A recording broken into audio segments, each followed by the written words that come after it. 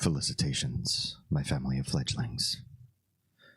And ghosts, it's so good to unsee you. Hello, and welcome to Damien Holme's channels of mirth and merriment. Just kidding, we're not those things. We're a deep thinker channel hosted by a disruptor of the status quo, here to recreate your programming and life passage toward one of critical thinking and active assessment of your life. I'm here to awaken you. I'm an awakener. Rise and shine. Eggs and bakey. That doesn't rhyme, but that's what we're in existence for. Hello. I'm sleep deprived. I'm extra tired. But there's good news. The schedule of all things is changing very soon. Excuse me. And I'm excited. And I hope you are too. Next week, the little starts kindergarten. And Oz and I have been secretly, without telling most of you, incrementally waking earlier and earlier every day. I made a spreadsheet because I'm a nerd. I made a spreadsheet that, starting on the day that we realized we really need to drastically change our sleep and wake schedules, I took the amount of time we would need to bump our wake up times earlier, or basically I set the end goal, and I set where we are now and what kind of where we're waking up, and I divided the days up, and I decided that every day I'm going to set my alarm to one increment closer to the time where we'll have to wake up once kindergarten starts, so we didn't have an immediate jarring jet lag amount of this is the new schedule. But there's a sort of despair in doing that, because every morning, right when your body feels like it's got a circadian rhythm, my alarm says, no, you do not. And instead, you're going to wake up a little bit before your alarm. Have you ever woken up about 10 minutes before your alarm? It's awful, right? 10 minutes is not quite enough to fall back asleep and then feel like you got a good amount of sleep. It's a distracting amount because you put your head back down on the pillow and you think, in 10 minutes I can get a little bit more rest, and I think I really need it, so I'm going to do that. But then for the first minute or two, you overthink how much sleep you're going to get more, and you're concerned about how the day is going to go. And maybe you start pre-planning things in your head. So you're like, okay, shut up, brain. Just let me sleep. So maybe you only get 7 or 8 minutes of those 10 minutes of sleep. And when the alarm goes off again, if you snoozed it or whatever, you don't really feel like you got all of those minutes of sleep. It feels like you blinked your eyes and suddenly you have to get up again. You're like, wait, I thought I granted myself extra sleep and it was going to be good, and it wasn't good. It didn't do what it promised it would. That's kind of how we feel right now. So Oz and I, every day, have been waking up a little bit smaller than about 10 minutes earlier than the previous day every day. You can't get acclimated. It almost feels like its own little bit of torture.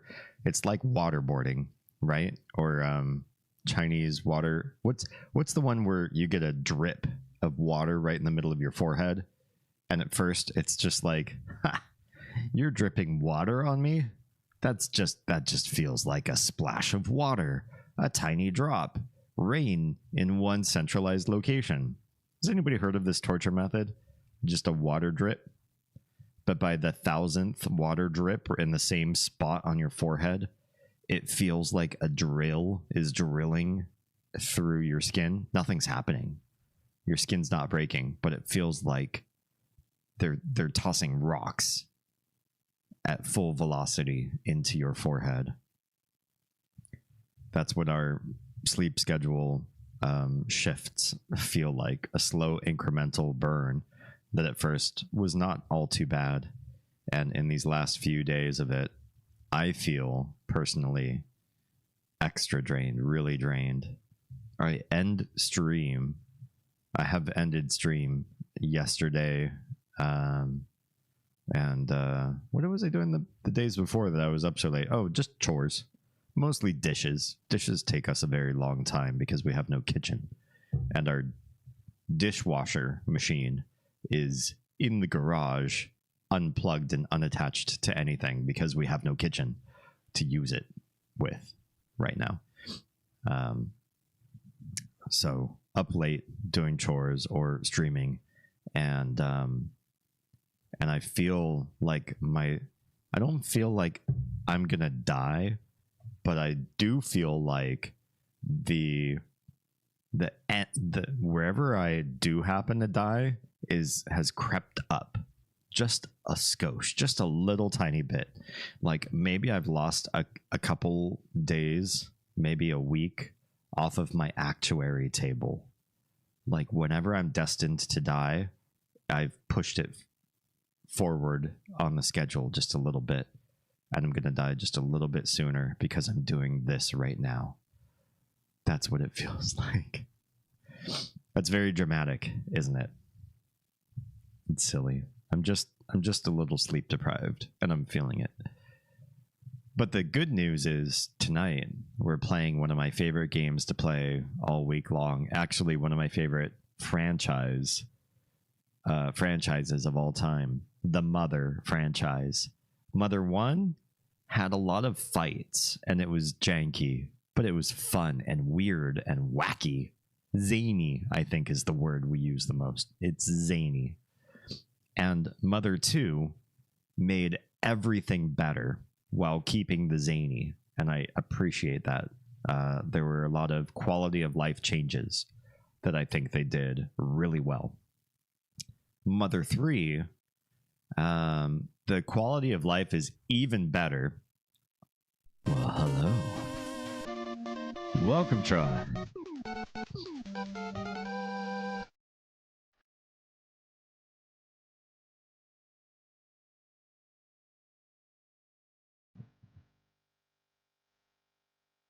Hello, hello.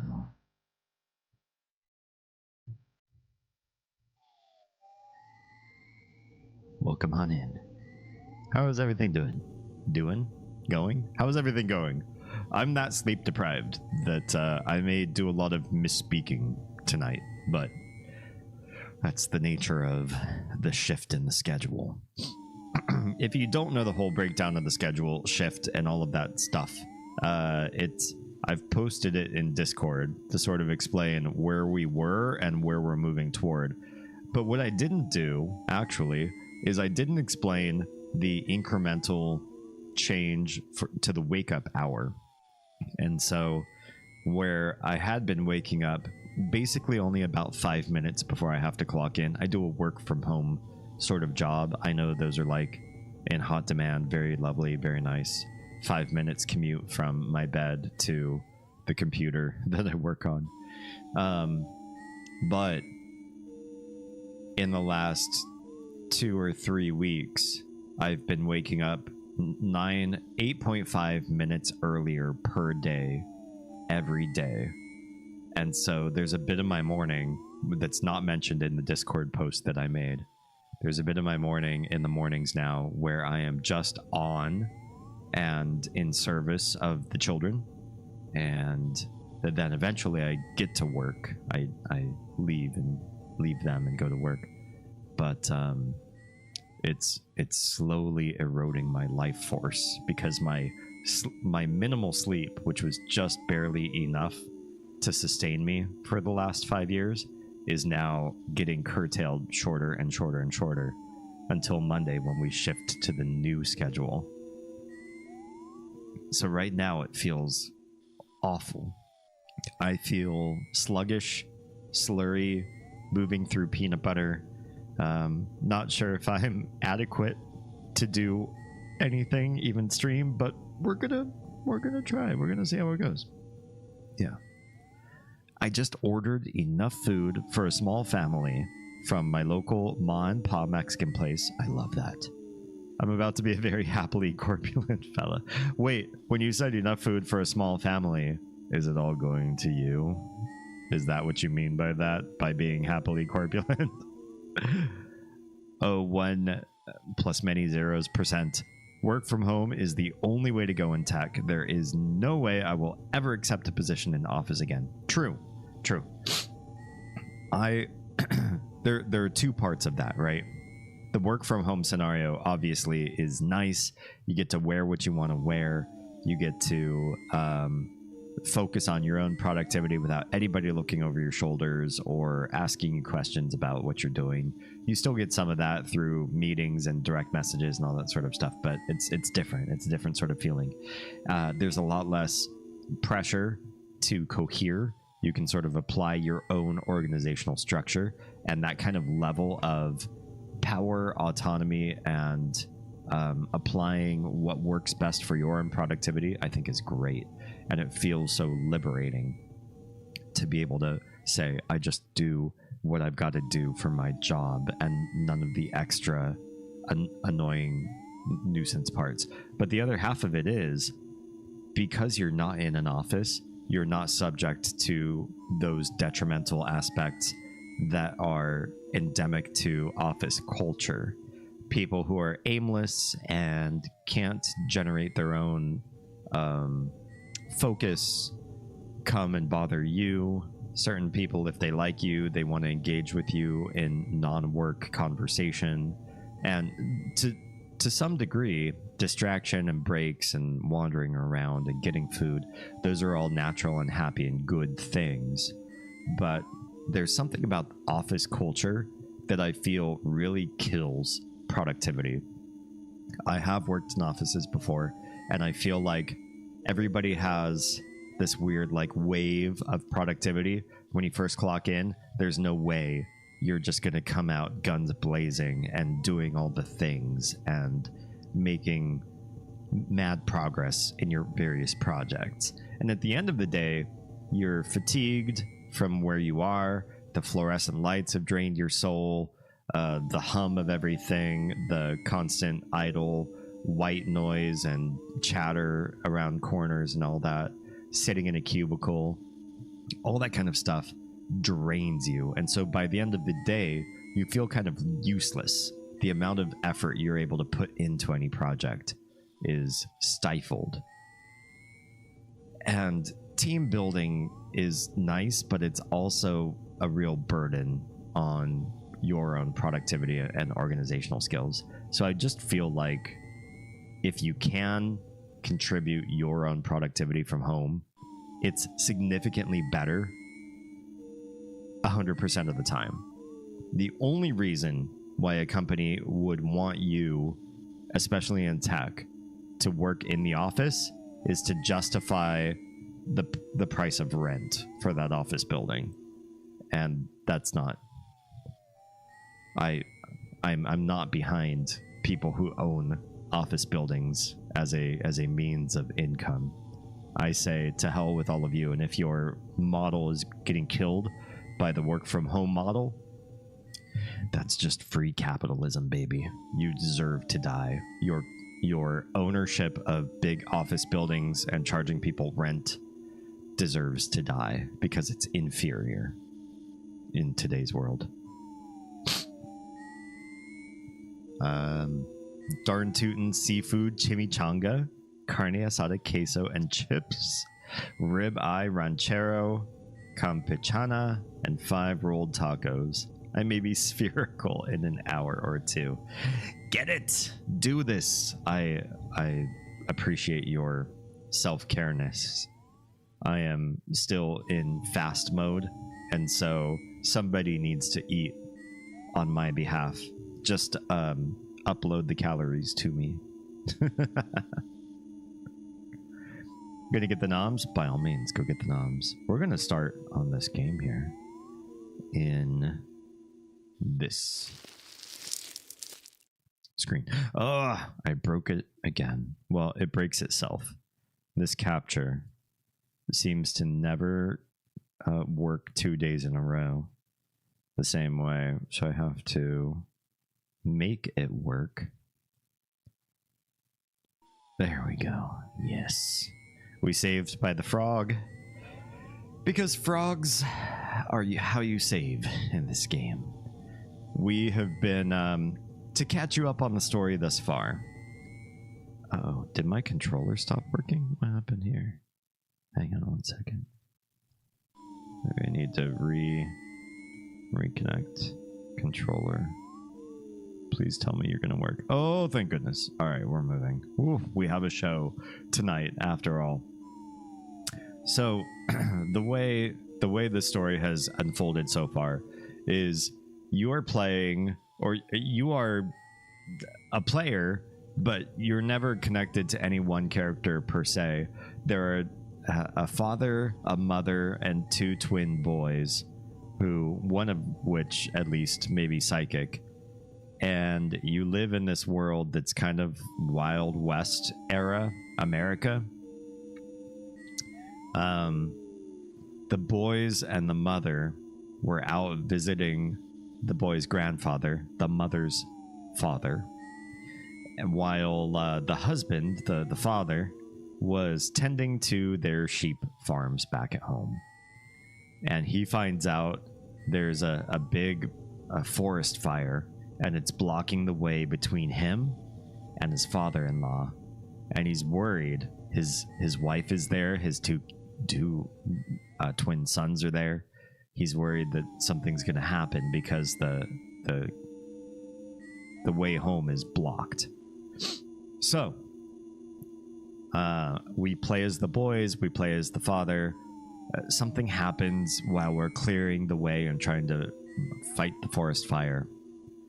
And spoiler alert, I'll give you 3 seconds to turn away if you don't know Mother 3 and you haven't watched my previous VODs. Spoiler alert, the mother dies in the conflict, not because of the fires, but scratch marks or something. And there's this weird race of creatures called Dragos. They look like dragon dinosaur things. They're supposed to be passive and friendly, but it looks like she might have been killed by one, and that seems weird because they're passive and friendly. So the boys are heartbroken. They've lost their mother. The husband is heartbroken. That's who we're leading this party with right now. And he's got the father-in-law. So the father-in-law, he just lost his daughter. Everybody's lost somebody very dear to them. And then one of the boys stayed at home. He's very sad and kind of meek.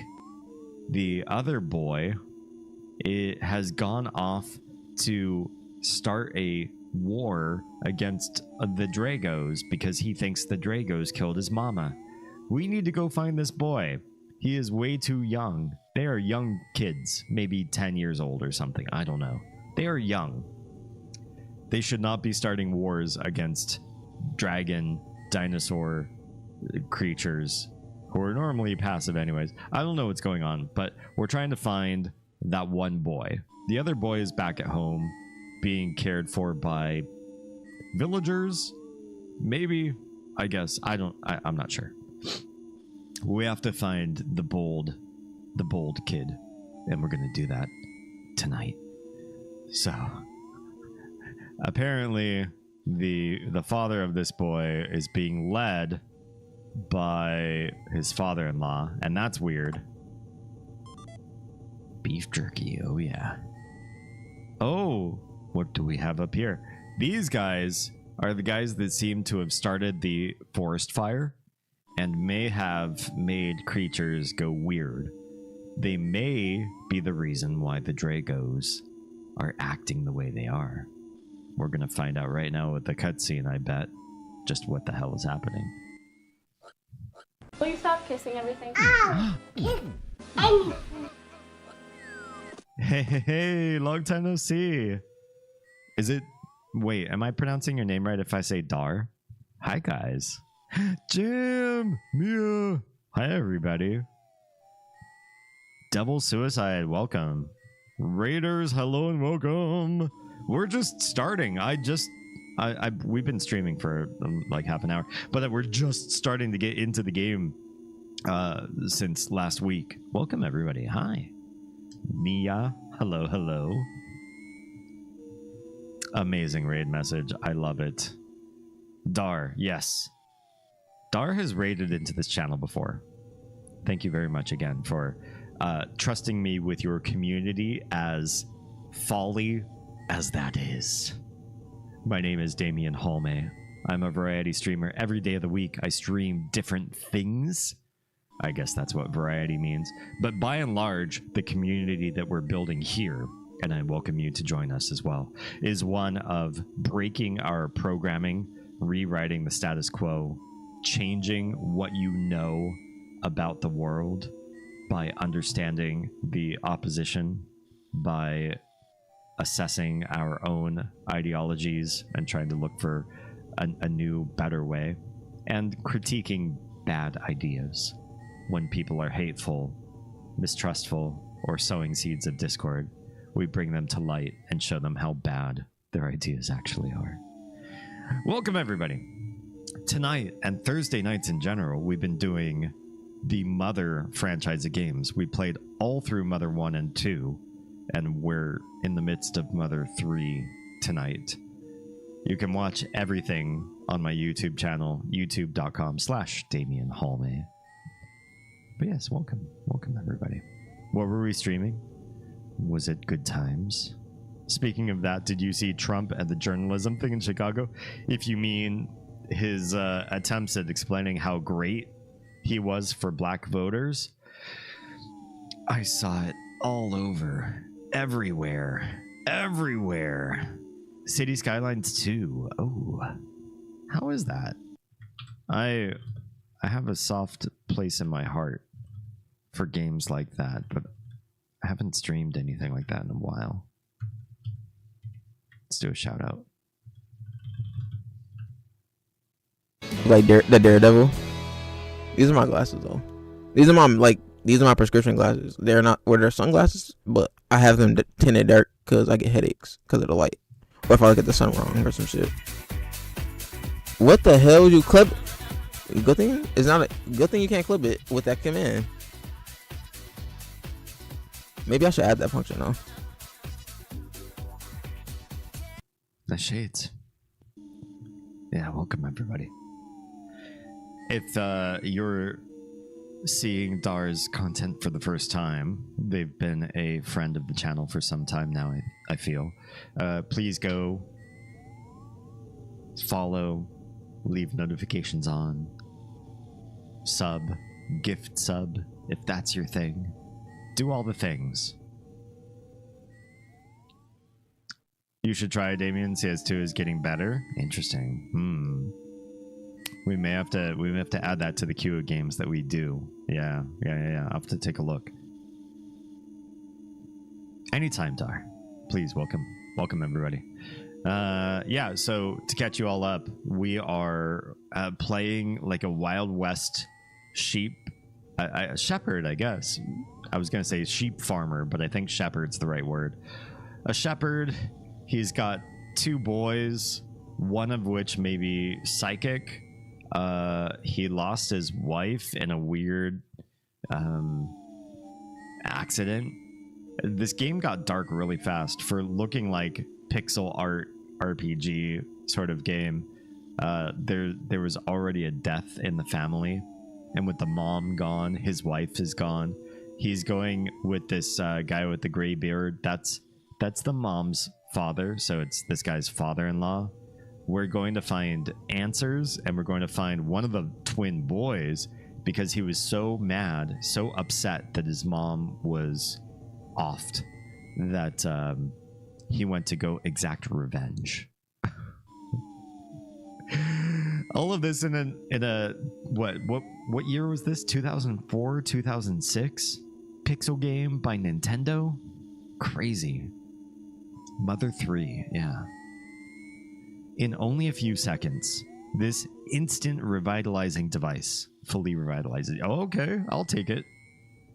Get into the device? Yeah.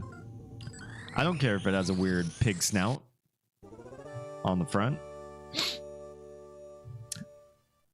I will gladly take free heals. Okay, so what were they playing with, these pigmen? Some strange stuff you've never seen before is lying here. Well, whoever did the localization knows the difference between lie and lay, so I super appreciate that. Ice Kitsune! I haven't seen you in a while. Hello and welcome. Hit points and PP restored, but you're still hungry.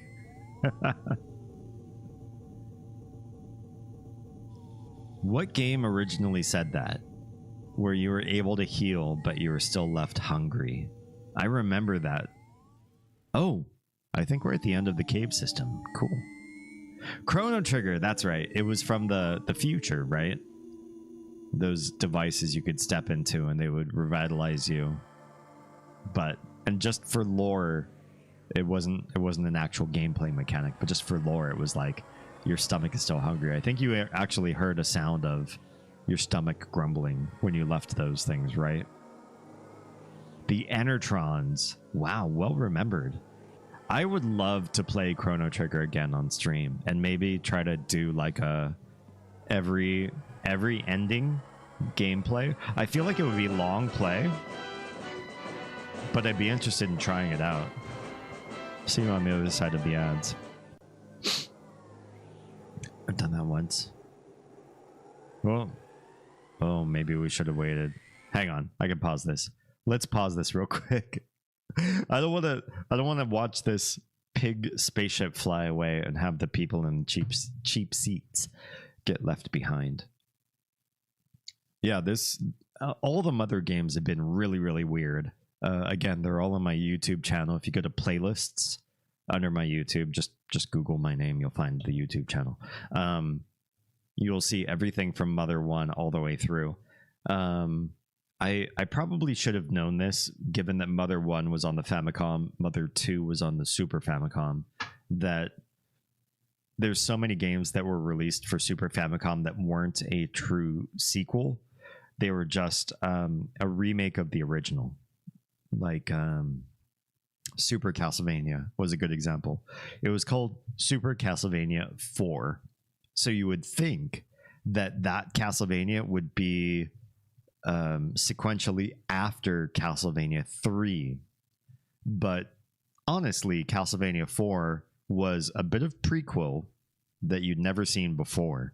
And then by level 6, I want to say, it feeds into the beginning of Castlevania 1 for the Famicom, for the old system. And we saw the same thing with Mother 1 and Mother 2. Mother 2 was very much a remake of Mother 1 for the first part of the game, and then it eventually took its own course and became its own story. But not until you get to like the LA portion of Mother 1. In Mother 1 it would be LA, and Mother 2 it would be called Fourside. But it followed so many of the same story characteristics. After that, Mother 2 made its own way, you know. It had its own storyline. But Mother 3 has been a dramatic disparate difference from the previous ones. That satisfied feeling when dinner for one takes 2 trips to bring into the house. Please feast away, Troa. Enjoy. All right, let's see where this pig ship is going.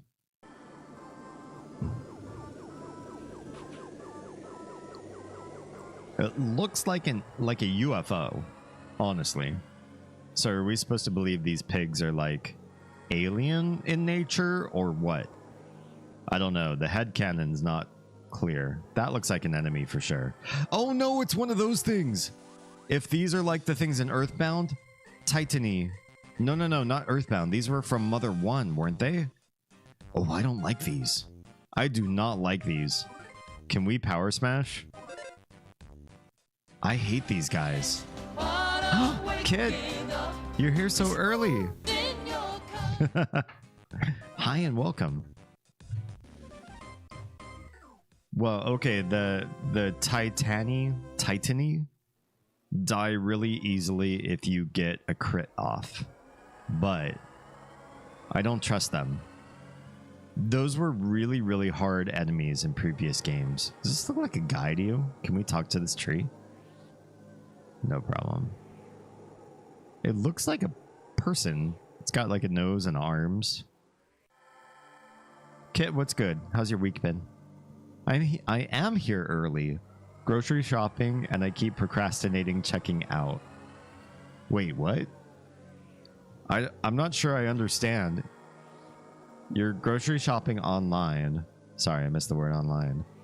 Why are you procrastinating on the checking out part? What's going on?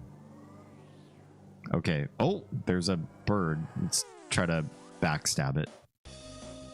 You snuck up on a balding eagle from behind. This... It says balding eagle. This is a vulture. Look at the pixel art. They pixel arted a vulture. Why is it a balding? I mean, balding eagle and bald eagle are two different things, right? So I get it's a play on words, but at least make it look like an eagle for real. Because you need to D. Well, I'm here. You are, if you are in my chat, you are D'ing. You're my dad! Wookie, wookie, wookie! Daddy's arrived an hour ago. No, we've only been streaming for 36 minutes. Hi, Oz. Can we do a shout out for the streamer of Oz? Hang on one sec. Let me pause our banging soundtrack to do a shout out.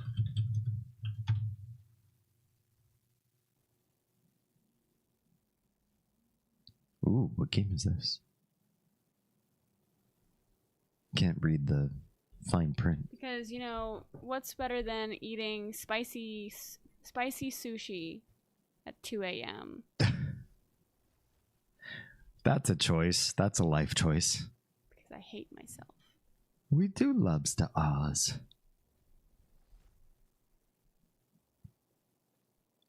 This looks like a Myst-like game.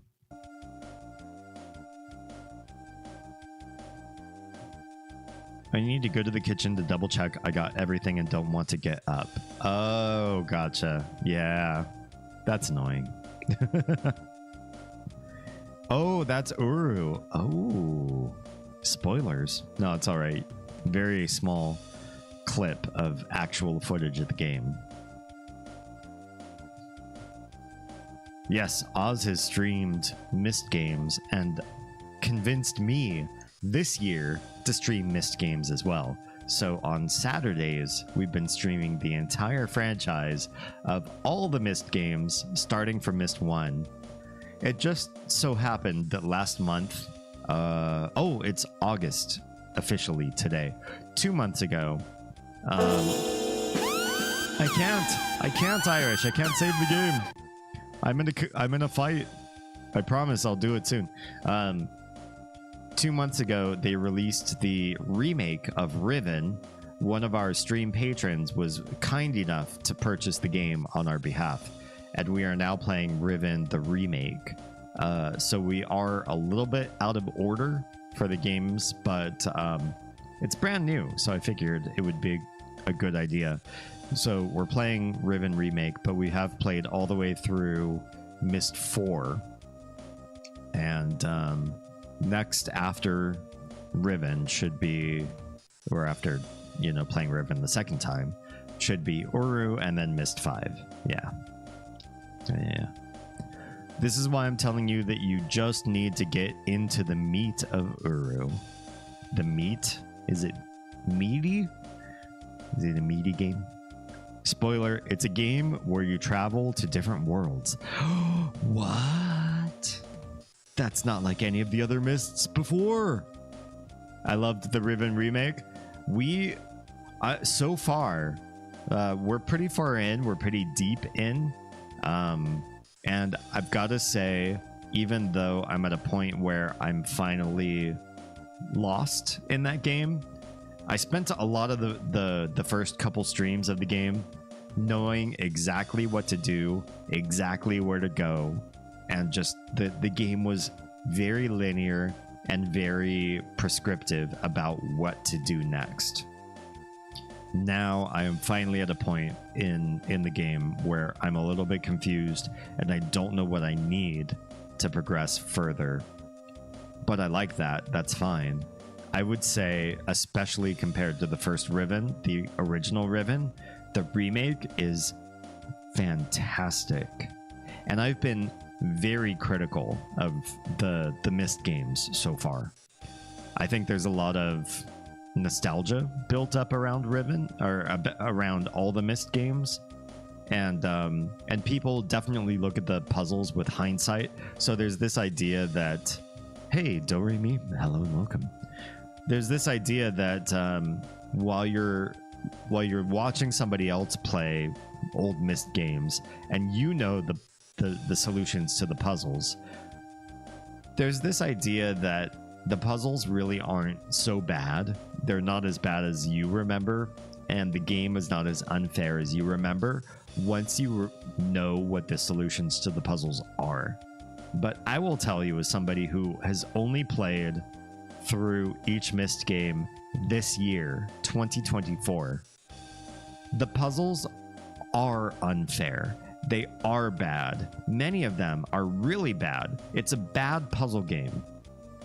It's a good scavenger hunt game or Easter egg game.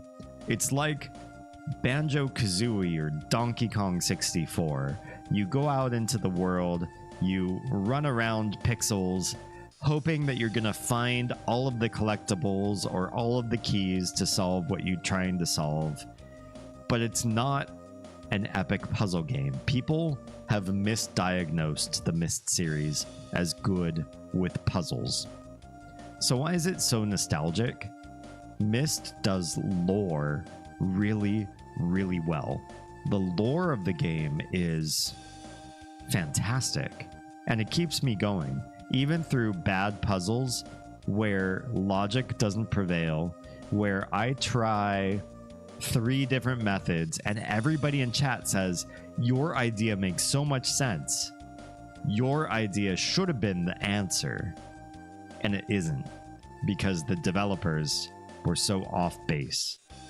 The lore is still carrying the games for me, and I'm still enjoying the Myst series as a whole, because I really like the way the story is written.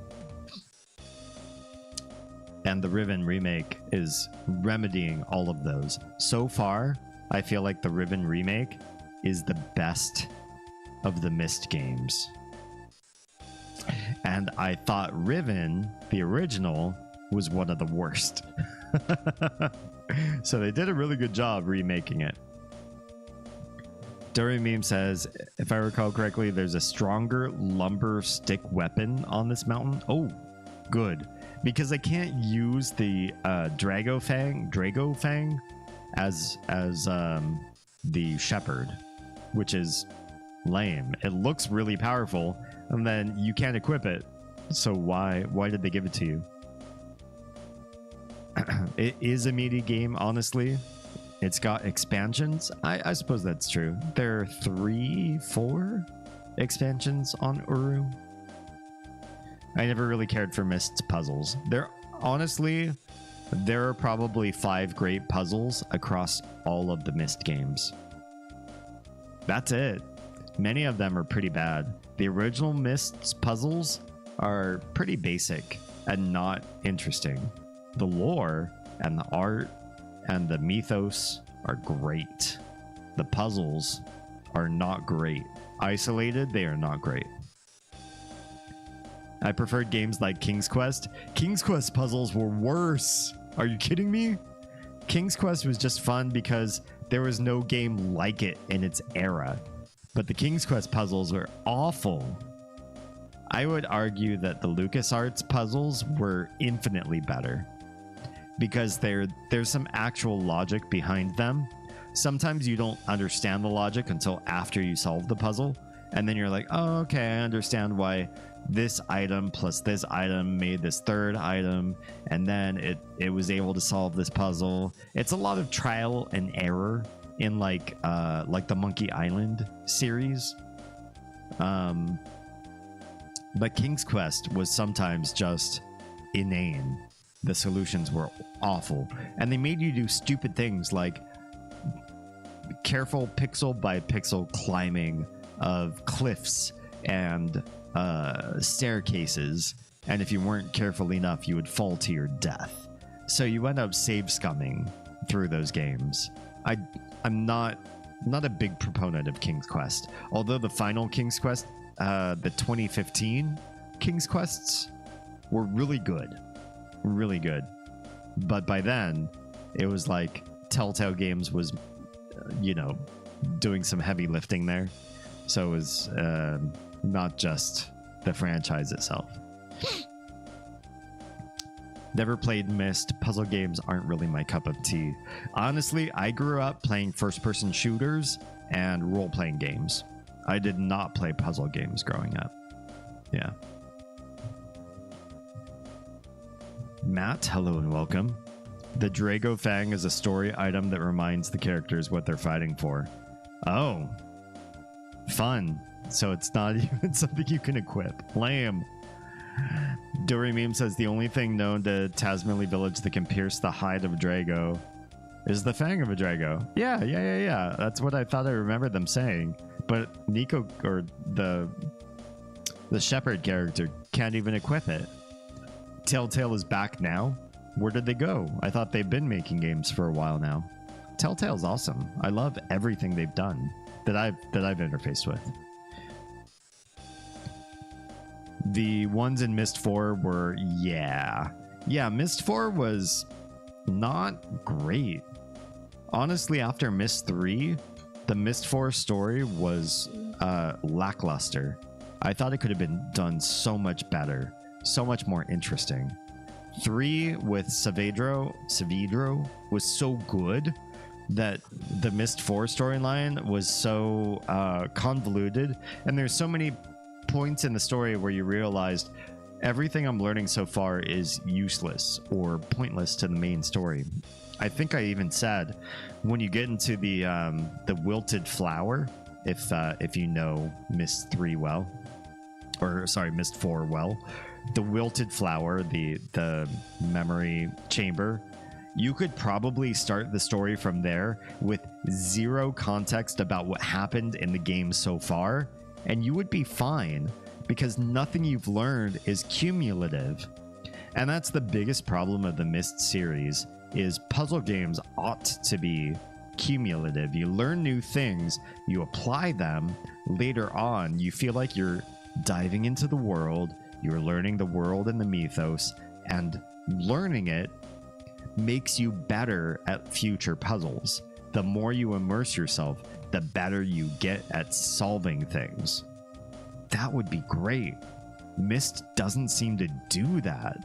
They give you so much superfluous content. Myst 4 was awful at the superfluous content. Interesting number, 5 great puzzles. Yeah, I think there are 5 great puzzles across every Myst game that I've played so far. Tara says, it met the definition of puzzle games in 1993, though. That's fair. I'm looking at it from a today lens. So, absolutely. How puzzle games work has changed dramatically in the past 30 years. If you only come to the series now, it feels awful, but that's what time does. That's fair. The cliffs of logic were not great. Oh no, that was a smear on the franchise. It was expected in puzzle games back then that you'd flip a switch in one place and it would do something somewhere else, and you'd have to explore around to find out what it did. But these days, that's just awful game design. Kind of. I mean, it's not awful per se, but I think we know it for what it is. What it is when you flip a switch and you have no idea what you just did because the game wasn't good at explaining to you where the switch is connective, is they want you to spend more time running around the game so they can say, this game is a 40-hour gameplay game. If you buy this game, it's 60 hours worth of gameplay. They're trying to puff up a certain metric in order to get people to buy the game more. And we weren't aware of that in the 90s, but today we see those tactics like, oh, that's funny. The experience to, combat ratio seems really low. Why do I have to fight so many enemies to get stronger? Or why do I have to search around so much to find these things? Or why is the drop rate for this so low? They do that to expand how much time you have to play the game so that you can be in the game longer. And we all find that bullshit now because we know it's a money grab, right? But back then, it didn't feel like it because we didn't understand the free market behind what was going on. Telltale went out of business and their company got rescued? Interesting. A few months ago, they made official plushies for some of the main characters in Mother 3. Oh, that's really cool. I'd love to know your opinion of Limbo and Inside. I haven't played either one. I have no idea. Devil, hello and welcome. I do remember you. Hello, welcome back. We're sort of discussing the history of puzzle games and games like the Mother series. Welcome on in. Also, I'm trying to fight this bald eagle, which is absolutely 1000% a vulture. Judging an old game by modern rules is a little unfair to the game. It's true, but also because we know things that they were doing secretly, like making the game feel longer when it was really just a ploy that wasn't adding content or value. It was just adding time that you had to spend in the game. What we know about that now is good to apply to old games, so we understand what underhanded tactics they were doing because they knew it. In the 90s, Myst knew how much time they were trying to make you spend, and we didn't know. We were agnostic. Now we can look back. We're not applying modern rules. We're just understanding their rules that they kept secret from the customers, right? Telltale's working on The Wolf Among Us 2. The first one is a hidden gem. I've never heard of this. The Wolf Among Us? Interesting. Brad Dourif was awesome. He was so good. He was so good. Honestly, to be in a game like that, especially in that era, I think that was a big gamble on his acting career at the time. But I think he did such a good job. I was appreciative. I really liked what he did. Brad Dourif's an amazing actor. True. In Myst 4, you only need to complete Spire to get the colors needed to unlock the defunct memory chamber. You don't need Haven at all for anything? That seems weird.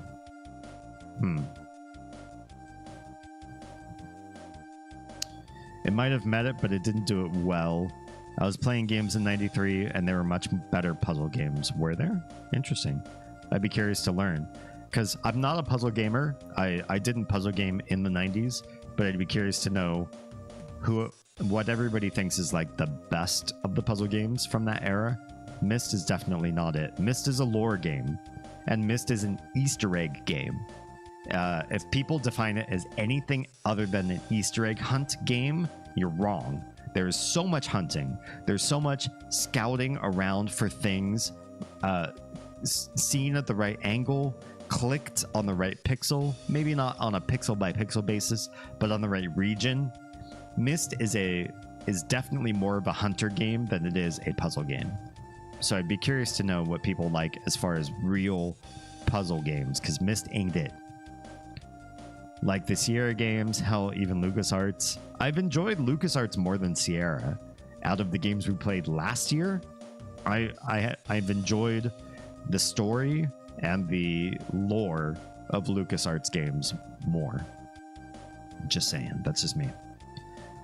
I loved the QFG series. QFG. I don't know what QFG is. From Sierra. It's sad that they're so little known in comparison to the King's Quest ones. He's balding. Right. Not a bald eagle. A balding eagle. But he's clearly not an eagle, right?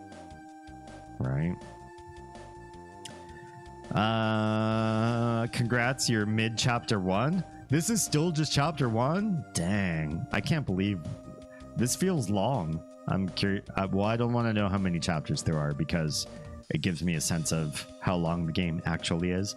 Don't tell me how many chapters, but so far it feels like we're pretty deep in, but maybe we're not if we're still only chapter 1. Kaistiana, hello and welcome. Everybody, please give a warm welcome to Kaistiana, real life friend of mine and friend to the stream. If you're on Discord, you know, she's already become a rock star there. So if it's a tragedy and they made plushies, do the plushies die the way the characters do? Yeah, there's like a little, I'm making this up, but what if there was a Velcro that you could open up and you could pull guts out or blood streamers out and just make them die in a horrible way? That would be amazing. I might consider the plushies then. Tara says Abduction, the Cyan game about 10 years ago, was a whole lot of walking simulator. Some walking simulators I really enjoy. I would argue that Layers of Fear, while in the horror genre, is a walking simulator, and I really enjoyed it. I loved it. That was one of the first games I ever live streamed, and it was amazing. Yeah. Given how recent it is, that irritated me quite a bit. It had a lot of cool things, but there were a lot of frustration. There was a lot of frustration in actually accomplishing things. Oh, that's unfortunate. Abduction. Did I ever play Abduction? You don't need Haven if you already know how to deal with the snake thing. Oh, it's not randomized. You don't need to... In other words, you don't need to see the cutscene to do it. You can just... If you know how to do it, then you can speedrun later on. Interesting. Try Pathologic? I haven't heard of this game either. So many interesting recommendations that I've never heard of before. QFG is Quest for Glory? I've never heard of this either. What the heck? We're just exploding in different game series. I've never heard of these. Devil. Thank you so much for the follow. Appreciate your face. Welcome on in. That means you're in 2 places at once, doesn't it? I didn't know you had a Twitch account. If I could say, you know, if you were to devote yourself to one platform, I'd say please make it be YouTube, because we're really missing a significant amount of watch hours to get to partner. This is true for all of you watching. If you're watching on Twitch, YouTube, or any other platform, we also live stream every night that I stream to kick.com and Instagram as well, in a vertical platform. So no matter what platform you watch on, if you miss a stream or if you just want to help devote to the cause, go to YouTube, watch my playlists there, watch old videos, watch new videos. I keep all of my live streams as VODs there. I'm looking to get some like 2,000 watch hours more in order to get to partner. And I only have till December to do it, or my old watch hours start to deprecate, which sucks. So I was already partnered with YouTube once upon a time. This is a re-partnerization. But I still thank you for following me on any platform, on every platform. I'm on most social media, and on half of them, I actually active post. So if you still like looking at a shitstorm and dumpster fires of Twitter, I'm not going to call it by its new name. I do post there. I post on Threads. I post on Instagram rather regularly. So there's lots of fun stuff across those boards. But what I really need are the watch hours on YouTube. Not even views. Views, I'm well above the quota. Subscribers, well above the quota. I think I have like 200 or 400% the amount that I need for partnerization, but I don't have the watch hours. It sucks. Yeah. He just wants to sound cooler. What, this vulture? Yeah, for sure. Balding vulture? Meh. Balding eagle? Heck yeah. Anybody who can refer to themselves as an eagle, right, is already infinitely better. They dropped a miniseries. Oh, we're talking about Telltale Games. Dropped a miniseries on Amazon today with Batman. Ooh. Set in the 1940s. Interesting. I remember we were discussing the Bat last week, and Telltale reminded me of that since Telltale made a few Batman games. That could be really cool. I think I could be into that. I don't follow a lot of comic book characters, but I like the ones that are more self-made versus supernatural. So Batman, Iron Man, people who are like maybe they're rich, maybe they come from means, but they've sort of like used their intellect and their ingenuity to create themselves, as opposed to somebody that was just like, well, I was born with some superpowers, or I have a weird mutation that lets me do this. That's fine. Or I had a tragic backstory like Deadpool or Wolverine. But I like Batman and Iron Man for their self-made heroism. Yeah. No story spoilers? Thank you. Thank you for that. I have a plushie of the Black Knight from Holy Grail, and the limbs come off. That's amazing. I love that. I didn't think they would make that into a plushie of all characters from Monty Python's. I mean, it's iconic. That's really cute. Paratopic was basically a walking sim and had some awesome horror. I like horror. I'm gonna have to look this up. Dory Meme, are you following me on a social medium that allows direct messaging? Could you remind me of Paratopic? Because that's up my alley. Walking sims are fine. Horror is very much up my alley. And I like, in some ways, I like horror that's walking sim, because I feel like the ones that involve combat make you ready to face your fears because you've got actual weaponry. You're stoked up, you're ready. Even if the weaponry is like low ammo, like the Resident Evil is like, you know, preserve your ammo just in case. Try to make it without shooting anything. It still feels like at the end of Resident Evil games, you have rocket launchers and swords and crazy weapons that can do so much insane damage that it does not feel like you are in a horrific situation anymore.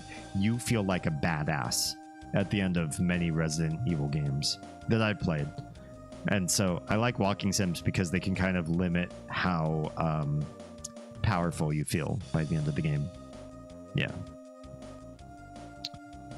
I liked Quest for Carandia. I haven't heard of this either. Oh, interesting. So Paratopic is one of those games made to look like a PS1 game for aesthetic reasons. Oh, that sounds cool. I can get behind. I like games that adopt a retro game style just for the shiggles. Sometimes that has a certain nostalgia built into it, even if it's a newer game. Also a game I already recommended to you, Star Trek 25th Anniversary. Yeah, I don't know. I'm so not a Trekkie. If you all would enjoy it, if you all would enjoy seeing somebody that knows almost nothing about the Star Trek universe try to play a game like that, I could be down. I could be down to try it out. I might try to speedrun the Myst series at some point. Link the hero of Korodai. Thanks so much for the follow. Welcome on in. We're just chatting about different puzzle games and horror walking sims, I guess. Hi and welcome. Divine Mom, hello. Can I do a shout out? How have you been? I feel like it's been a long time. Let me pause the game music for a second. How's everything in your world? I feel like it's been a while. If you don't know Divine Mom, good stuff. Also one of the best clip champions in the face of Twitch. Thank you. He's coming back. Fantastic fork knife player. Watch this. Coming out. Back. Fantastic DBD player. Be one with the bush. I'll be right back. Oh my. You're in trouble. You're in trouble. No way. Wow. Wow. Divine Mom has some of the best clippable moments in all of Twitch, I gotta admit. Yeah. Any percent WR for missed, what's WR? Is 37 seconds, 567 milliseconds for missed one? What? Good luck if you're going for the world record? What the hell? Oh, that's world record. WR is world record. That's... How on earth? You have to be tool assisted, right? There's no way you could do that with hands. A human being. Could you? Could you do it that way? That's insane. That's absolutely insane. Maybe you could get some support in the Mother/Earthbound Discord. The series is a dedicated fan base. What do you mean by support? What kind of support? Let me switch to Twitch for a moment. Are you on Twitch too? Delray Meme, you're all over the place. Paratopic is less like scary and more like it just gets under your skin. No. I like that better. If a game is what's the word I'm looking for? Like jump scary, it's one thing. Jump scares, they're all right. They're interesting. They can sometimes. Let me turn this down. I feel like the light's a little bit bright for my skin. They're okay. But I like a game that is like a slow burn or it's like a psychological burn. And so when you quit the game, you shut down your machine or your console or whatever, and you get up to go to bed, you feel weird. Something has been reprogrammed inside your brain and you're just like, oh my God, I'm nervous. I'm not playing the game anymore and something's weird in my head. Something's wrong. Those are the games I like way better. Jump scare gets you because of I don't know, our normal physiology. I don't feel like those are necessarily like a high bar scare. Psychological scares that make you feel weird for a long time after you quit the game, that's significantly better. Yeah, much better.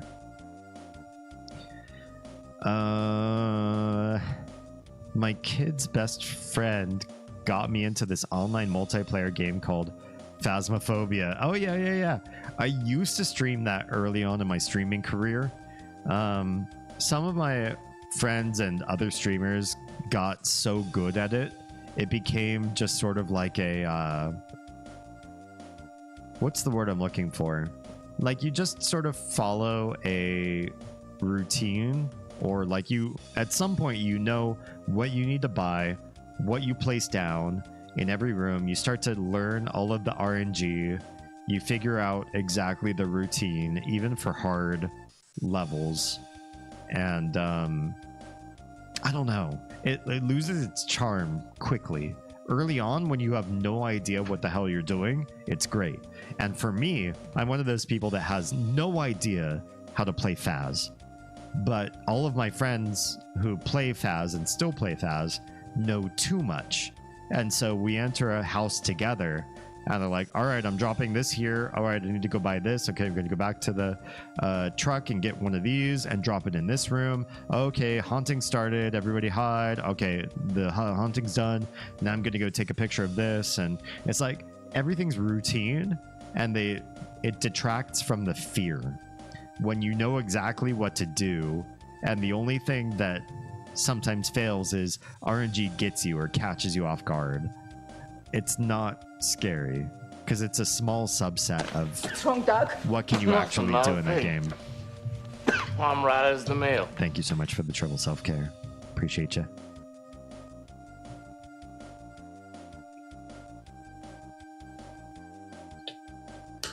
Yeah, I don't know. Faz aged poorly for me. When I was starting it new and all my friends were new, it was good. When it wasn't new anymore, I didn't like it as much. Yeah.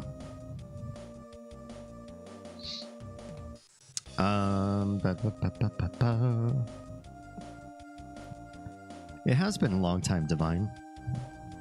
This game looks so cute. I've been feeling blue, so a happy, cute game like this will lift my spirits. Oh no, Link, let me tell you, Link, this game, once we get into it, once we start to get to the story parts of this, from what I understand, I don't know anything. This is my first playthrough, but people have warned me, this game guts you. It stabs you, and then it twists the knife.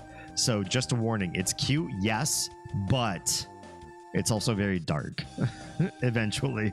Just as a warning. Luigi's Mansion 80% world record is 5 minutes. It's one of the most optimized speedruns. That's crazy. A 5-minute run through of a 3D game like that. Project Spherical Phase 1 is complete. Excellent. Now in the resting stage before Phase 2 begins. What's Phase 2? Are you gonna eat more food? What's going on? I'm really curious. I want to know. How is this working out for you, Troa? How's tonight gonna work out? You can play with us. I have no idea what I'm doing. We got Nathan killed on purpose with a voodoo doll. I'd play with you guys. I don't like playing with people that know what they're doing in Phasmo because I feel like it just sort of it breaks the immersion. But not knowing what you're doing is good because it's still scary, and I don't know what I'm doing at all. That could be fun. I did the hydration. I need to do the stretch and the posture check. I like the fact that when I'm in streams, I just listen instead of chatting because I don't know what to talk about. All good. I'm a talker. Yeah. I'm media trained. I went to an acting academy. I fill the gap with stuff, whether or not people are chatting. This is going to be, you know, every stream you ever join is going to be a stream that you'll learn from, you'll grow, you'll get, I don't know, perspective and growth and paradigm shifts. That's what we're here for. The gaming is just secondary or background, really. If you're here to watch playthroughs, please go find somebody else. I encourage you to find somebody else. We're here to reprogram brains and get you onto a different plane of existence. So you don't need to be here knowing what to say, but you might earn something for your time devoted here. Just trolling you? Oh, you know it's not a cutie game. You knew all along. I'm only about 1/3 of the way through it, but their salsa is fucking fire. So I'll be taking spicy. Food sweat is not a logical use of hydration breaks. Amazing. I love that level of spice. Play guitar? I did. We did, Oz and I did an acoustic concert about a year ago now. And I'm encouraged to want to have a guitar in this studio space to play more, just sort of ad hoc kind of stuff. Maybe even have a channel point redemption on Twitch that would have people, make me stop and just play guitar for funsies. But yeah, I've kept it up for sure. Here to watch gaming? We don't do that here. We're a chatting stream. Gaming just happens to exist in the background, for sure. Limbo and Inside were the first games I played that made me begin to see video games as an artistic medium and not just a product for a good time. Interesting. We might have to add those to my roster. I'd be curious. Yeah, I've seen some good recommendations. If I read those in a stream chat and it looks like I'm showing some interest, feel free to send me a DM, an email, a message somewhere. Go cyberstalk me. I'm highly cyberstalkable, and let me know, hey, I'd really like to see you play this game, and we'll put it into the queue, or at least into consideration for sure. It's 4:15 in the morning. Can someone shoot me with a tranquilizer dart? Irish, if you're still awake at this point and you don't see sleep coming anytime soon, you're pretty much just boned. You're kind of just fucked. You're with us whether you want to or not. Which I appreciate. I appreciate you being here. I do. And thanks for joining my stream. Was that yesterday? God, today has been a long ass day. Thank you. It was nice to hear your voice and chat it up. That poor eagle buzzard has been migrating for years. He just looks like he's coasting through some sort of weird hyperspace, right? But I do see Mother 3 as fun and art. I think so. So far. And kind of wacky. These games are really zany. I used to play tag and hide and seek inside World of Warcraft. Interesting. I played a shit ton of World of Warcraft. I'm kind of sad that we were never aligned together. What servers did you play on? I wonder if we ever ran across each other and didn't even realize it. I tried sleeping, I couldn't do it. Bummer. Well, thanks for choosing me as your non-sleep activity. I hydrated. I feel like I need to take a quick bio break. I know I just drank a little bit of water. I didn't go take a break before I started my stream. That's on me. So let me take a quick BRB and then we'll actually kill this balding eagle. I promise. All right. AFK 1 sec. I skipped something. Did you just tell us all that you and I was engaged in sword play? Yes, only my sword stays in the drawer. Wait, what? Wow. You heard it here on the stream first. More ooh, you gotta say ooh. All white, okay. I'll say ooh. I feel like it's fractal at this point. Wash is so happy right now. Didn't have to spend $42. Ooh.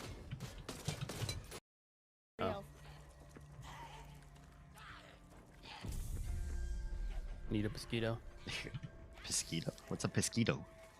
I just made it up. It's like a mosquito, only it's shaped like a penis. All right, let's go. It takes a while for the dildo to rise. Not sure I'll mess with it, but it sounds delicious. Yeah, we're looking up dildo recipes, apparently. Womp womp.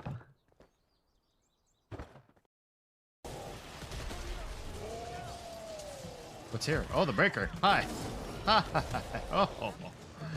Oh, brutal. I have no offensive sluts. I've got not the right thing for this guy. Oh, please no. I'm dangling like I see you. Dangleberry. That's a dangleberry. No. Not me too. No. Oh no. So much for trying to help these guys. Oh no. Both you guys got baited. Oh my. I was being too, I did not respect enough. That was actually pretty hilarious. He's gonna fall for the bait. He's gonna get deleted right now. Boom! Yep, there he goes. Single-handedly wiped the whole of us. 给你们1分钟，好吧？所以我觉得，所以那些地方有多多的亭子地方有门可以开，如果你开门，然后门后面有一个厅房间或者一个人道，我真的先不喜欢了。I can't believe somebody actually clipped me doing the whole Mandarin bit. I do have a channel point redemption in Twitch. that makes me shift to speaking Mandarin Chinese instead of English. There's a lot of ums in there. That's my fault. Yeah. Kaistiana, I want to say while I was on a quick break, I feel like yesterday I was like, oh, there's no Kaistiana. Maybe I should text or somehow get in touch with you to get you on stream because people really like you and you're part of the selling point of my stream. So I thought about it, and then you came today, so it was good. I didn't end up doing it yesterday. Yeah. Sketchy, what on earth is this? What is this character? Womble drunk? Are you feeling drunk right now? Anyway, welcome. Hello. Hi, I'm back. I'm feeling much less anxious because I took a bio break. I just reinstalled World of Warcraft. Oh. Now, it doesn't seem to matter what server you were on. I was part of the guild Professional Killers. Not one that pings on my radar. We took down our server once because of the 800-person raid we did on Horde. Nice. Nice, nice, nice. Cities? Huh? Not sure I understand. Shall we kill this guy? Put him out of his misery? I wish I was drunk. It's one of Soviet Womble. That's an amazing name. Soviet Womble's emotes. Alec is concerned about his lower back pain. That's the father-in-law. He can fight, but he sometimes doesn't. Ow, you jerk. Okay, he only took 2 hits to kill. Well, that was easy. I talked about being drunk on last stream. I think somebody talked about, you know, what if I drunk streamed or something like that, or wouldn't it be nice to be drunk right now? Streaming and drunkenness is a bad mix. I'm already like slurry and tired and a little bit delirious from sleep deprivation. If I was drunk on top of that, God, I'd just be a mess. I'd probably just be sobbing in the corner. I'd probably keep the stream going just for interest, so you all could see into my horrible drunken state. If I was, you know, working off of 3 to 4 hours of sleep a night, which lately I have been. Just saying. Being drunk on top of that would be a terrible mistake. Finally is going to defeat the eagle. That eagle is so dead. And I also got some beef jerky. Thank you for that. I don't have the staff spin emote anymore, so I just found the next best thing. I don't know what that is. Sorry, YouTube chat was being rude on my cell phone. Oh, the Horde cities. Oh, you raided the Horde cities? Were you Alliance? Did Kaistiana actually play as Alliance? I mean, I did too at one point, but it was because my friend group at the time was all Alliance, and I was like, gross. I don't want to do that, but I did it for them, you know? Where... Do I have a map of this area? I guess I don't. I don't like divergent paths. Some fresh lumber, but I can't carry any more stuff. Can we use a restorative?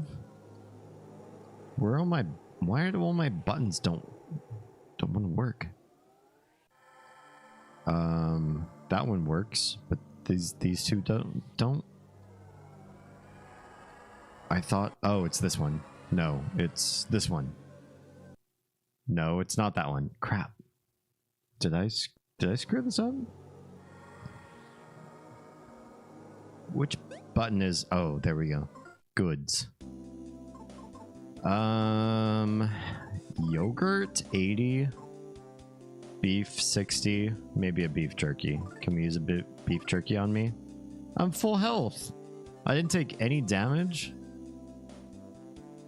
Would I just drop one of these? Let's drop the antidote, honestly. No, I'd rather drop a beef jerky than an antidote, because I could lose a lot of health from not having poison antidotes. What the hell is fresh lumber? Oh, it's a weapon. This might be what you were just talking about earlier. Can we equip this on Nico instead of the stick? Dude, that's amazing. More damage. Slower speed though, but I don't even care. Honestly, let's do it.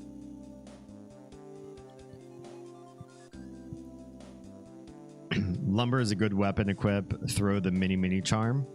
Oh, I was gonna try to sell it if I can. You are a human pally? I was a human rogue for a while when I was playing with Alliance. Again, only because I fell into a friend group that was Alliance. I don't even know why they were. They were all older than me. And I feel like older people skew towards Horde.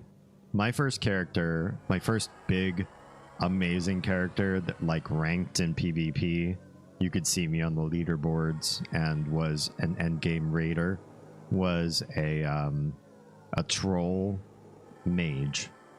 Yeah. Every drunk stream I've done with Bean has had to be deleted. Oh no, what happened there? Can I pick your brain on why they couldn't survive as VODs? Try, yeah, you found it. Yeah. Literally where Kaistiana came from. Oh, from Warcraft? From your paladin? Interesting. Beware the mighty oak. Oh yeah, we're gonna oak it up. Hello. These guys are not nearly as scary as I thought they would be. Let's just try bash, like just a normal bash. What's it gonna do? Hypnosis? What's that gonna do? Oh no, that's not good. Oh, Alec woke me up. Good. The Titania is holding up its pincers to look threatening. That's a waste of a turn. I'm gonna kill you. These are not scary. They're so much more scarier in the previous game. Mother 2, they were not good. Running bomb? Yes. What do I want to throw away? What would I want to get rid of instead of a running bomb? I already have a running bomb. I'm probably okay. I even have another running bomb. I have 2 of these already? We're all fine. We're fine. Yeah, give it up. Throw the mini charm. Does it not sell for enough money to be worthwhile to hold on to it? Is that what you're trying to say? Throw away the antidote? But the thing with antidote is if I get poisoned, it could end up taking a lot of damage or a lot of health away from me before I actually was able to cure it, right?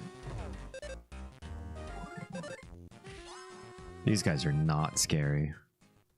They're so much easier. I did not like fighting these guys in Mother 2. There's so many bridges. Oh, okay, hi frog. Should I have crossed one of those bridges? Ah, that's fine.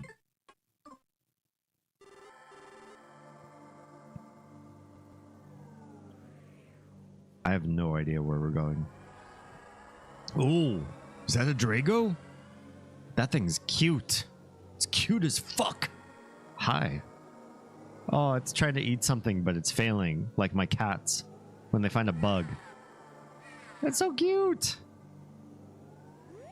Yeah, we find all sorts of like megafauna in my house. Large spiders and beetles that are probably larger than my cat's mouths, but still I tell my cats, hey, go sick that, go fight that. And they go and they bat at it, and then these things turn aggro, especially the beetles and spiders. Some of the other insects and other creepy crawlies that get into our house, they start to run away if they get smacked. But some things run at the cat if it smacks them. And they freak out at that. They freak out. They just run away. They're really bad at the hunt or the kill. They won't smack it or kill it or anything. They'll just nope out. They won't even get near it if it looks threatening at all. Pathetic. Pathetic cats. I'm having trouble right now picking on what my favorite Mother game should be. I have to play this one to tell you what my favorite is. Mother 2 so far, but we've only played 2 of the 3 Mother games all the way through. Each Mother game has its pros and cons, true. If Mother 1 was lower on RNG for fights, I think it would be really fun and just a great story. Yeah. People just give you stuff, no need for money, so I can just drop extra stuff. Okay. Oh goodness, occasional TOS violations? Oh no. Oh no. You were that level of drunk? But mostly just the group devolving into embarrassing drunks? What's embarrassing drunks mean? I'm the sober sister, so I ended up pulling mom rank and yanking the stream. Can I ask, embarrassing how? Like, what sort of stuff? What sort of stuff happened? Did we save you? This little bean? This is one of Waz's favorite shoes. The Drago was trying to chew a shoe? This belongs to Waz. And that was a baby Drago just now. Waz must be around here somewhere. Okay. Thanks, Alec. Did we get the shoe? We got the shoe. Okay, so maybe crossing the bridges isn't important, but maybe we could have found more interesting items. Oh, we don't want the nut bread. Nut breads. Oh, this tree is... They are... Okay. Every other tree before this one. I thought it looked like it was a person. I knew it. I knew it. Inside, in my soul, I knew these guys looked human. The portrayal of Alec with the Australian accent is so accurate. Oh, I don't think I was doing an Australian accent. I think I was just doing an old person. But maybe he should speak Australian. The thing of it is that I always imagined the Mother games were set in America, because I think the original Mother game was built on the premise of what would happen if you made an RPG not in like medieval Europe folklore, but what if you made it in like modern USA? They even named what was the first character's name? Ninten's world, and eventually Ness's world. They called it Eagle Land. That's America. That's not Australia. Someone's remaking Mother 1 on Earthbound's engine. That would be so good. Also, the remake called Mother 1 Encore looks good. I really appreciate that everybody is showing so much love for the franchise. I've enjoyed it so much from only playing it this year. I get the nostalgia. I get why they added Ness to Smash Brothers. Even though nobody knew what that character was from in America, I get why they added him. Remember what happens in the other Mother games when you fight a tree? Oh yeah, this guy will explode on me, won't he? Do you think the tree's flipping me off? Kind of looks like it, doesn't it? I also had a feeling that the trees were going to be enemies, right? We'll fight one. If this guy explodes on me, we won't do it again. Tree called for help, you jerk. Fight him. Vacuum. Is he draining my... Oh, only my offense. And defense. What the hell? Okay, Alex actually doing good work. Let's do a power smash. Ow, jerk. Oh no, he burst into flames. No, no, no. And the fight, and the fight, and the fight, and the fight, and the fight, and the fight, and the fight. Okay, we didn't take too much damage. I cannot believe they kept that in. Wait, what? What is this? This looks just like the thing you saw atop that cliff earlier. A throwback to last week's stream. Sacrifice a virgin for me. Phase 2 begins. What is phase 2? You still haven't said. I noticed Mother 1 Encore looks similar to Mother 3. Oh, maybe. Is it built in the Mother 2 or the Mother 3 engine? How did the power smash work for you, but it didn't work for me? I will tell you, more times than not, it does not land. The accuracy of power smash is awful. I only do it periodically because I like to gamble, but it's a bad skill, really. Yeah, you did warn me, and then I still took the exploding damage. The second third of the food. Oh, okay. You're on 33 to 66% of your dinner. Good luck. This isn't a an eating contest, by the way. Unless you're recording this to post on social media later. Take your time, pace yourself. Be careful. Stories that would never see the light of day sober, ooh, let alone on stream to the public. That could get spicy quick. I shut down real quick when those started. Yeah, I don't blame you. Because if they woke up the next day and they're like, wait, what did I say? And then you show them and they're like, oh shit, I didn't want to commit to that. Or I didn't want to say that publicly. That could be really bad. Repeating the same sentence. The TOS were for, oh, for language. Gotcha. All right. This one appears to be broken, however. So, oh no, there's another tree. We have to run. I don't like the exploding enemies. Couldn't run. Oh no. Offense, defense decreased. Run, man. Okay, successful. It still stays alive though, doesn't it? Oh no, there's another one. Son of a bitch, they're all over the place. Ran away successfully. All right, get out of here. What's this? Beef jerky? Oh, I actually could probably use some.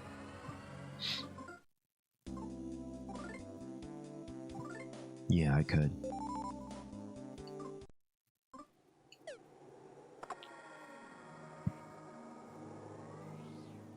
What are you linking me? What is immediately? Yeah, that's probably smart.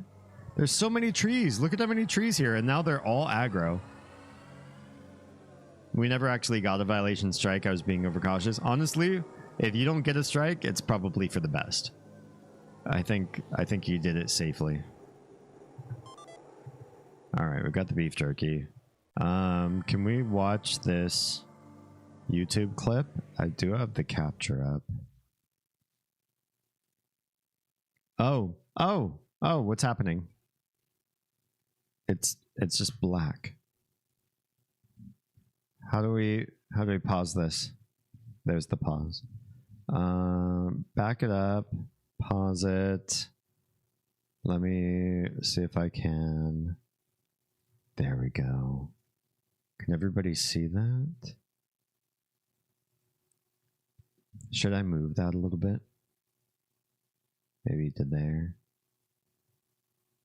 Yeah. Let's give it a shot. It's a YouTube short.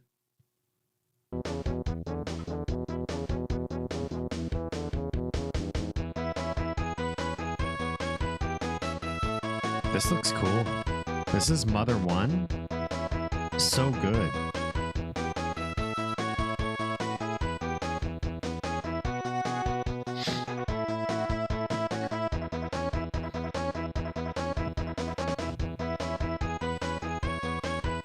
I wish they would show combat though. There's a lot of just watching the trade. I guess this is the fastest way to see the most of the world though. Is that the zombie town? Yeah, it's just showing us the way through to the winter area. The icy. Yeah, that's it. That's cool. I can respect that. It seems really cool. It definitely looks like basically all the stuff you learned from developing Mother 2 and 3, but applied to Mother 1. I super appreciate that. It's a good job.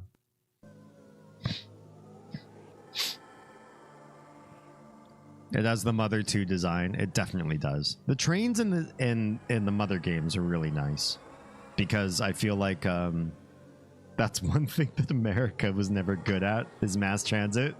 So it's like Japan saying, what if Eagle Land, our mythical America, was good at mass transit instead of not being. Spookane, that's that's the zombie place.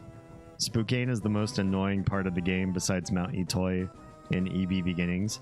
I didn't have as much trouble there as I did with some other areas. I think for me, the absolute worst area for Mother 1 was the swamp. The swamp just before LA. It was so bad, and it had so many mooks, and the mooks would do... they could do like 2 or 3 status ailments per turn. So you could spend an entire turn relieving all of the status ailments on your character, just trying to make it to the next round. And then the next round, they'd reapply them all over again. It was really bad. I really hated mooks, and I hated being in the swamp. It made me really anxious. Whereas the swamps in Mother 2 were significantly better. Yeah, I ended up hating mooks. I thought mooks were going to be so dangerous in Mother 2 as a result, but they were actually fine. They were not nearly as bad. All right, let's just get past some trees, shall we? Ran away successful. Go, go, go. Talk to this bird. Up ahead is Drago territory. Please be careful if you're heading further in. Now to end this with the sparrow like chirp, chirp, chirp, chirp. Okay, bye. Whoa, what's happening? That's another shoe. Oh no, it's another shoe. It was his other shoe. Yeah, I know. I said that, yo. This enemy's got a woodle? A woodle? Oh, a woody. Sorry, I misread. Yeah, he does. The other shoe is dropped. Funny. It's true, though.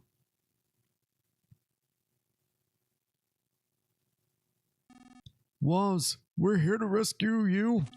Where are you? Probably in this cave or something. Uh-oh. Uh-oh. What the hell? Is this a bionic Drago? Oh, man. We're gonna die. What is that? That's not a Drago anymore. I have a bad feeling about this. Yeah, this is what the pigs were saying. They were saying all the creatures of this area were boring. They said they sucked, actually. They used the verb sucked. So I think the electronics are to make things cooler. Is that the enemy motivation? Yo, this dragon dinosaur thing sucks. Let's just make it look more badass and make it bionic instead. Other people, nah, bro, this part, be careful. Damien, under the shoe. Yeah, I'm not careful. I don't mind if I die. I may not make it to phase 3. I'm losing steam. Troa, what's the word? Pace yourself, man. Pace yourself. Turning him into Digimon. It does look like a Digimon. It does. It's missing a tooth. Wait, is it? I see the 2 front, like, canines. I don't know. Looks like, I mean, it'd probably be missing. Looks like it has a gap between those 2 canines. Oh, it does. On the other side. It's got a big old gap. Big old black hole in the jaw. Hi. Oh, yeah, when it screams, its teeth are bad. You should have flossed, my dude. And or cut down on sugars. Oh, yeah, look at its teeth. Poor guy. Poor guy. If I were a Drago dentist, I'd be all up in his mouth and be like, hey, all up in his mouth. I said that on live stream. Let's take care of you, my dude. Let's protect those teeth. Use your defense and offense up thingy as much as possible and use Drago Fang, and you'll beat the Mecha Drago in a jiff. Thank you for the recommendations. Oh, it's missing its... this is the Drago that's missing its fang. Maybe. Yeah, I know phrasing. I'm bad at phrasing. I will always make the mistake of bad phrasing. I tell you what. I tell you what. All right. Defense up by 8. What you got for me? Offense decreased by 11. Well, Alec just did a number on you. Can we do a strength on up? Can we get that offense back? I got all my offense back. Ow, you jerk. Alex suggested using the Drago Fang. Should we right now? We did one of each, but let's try using it.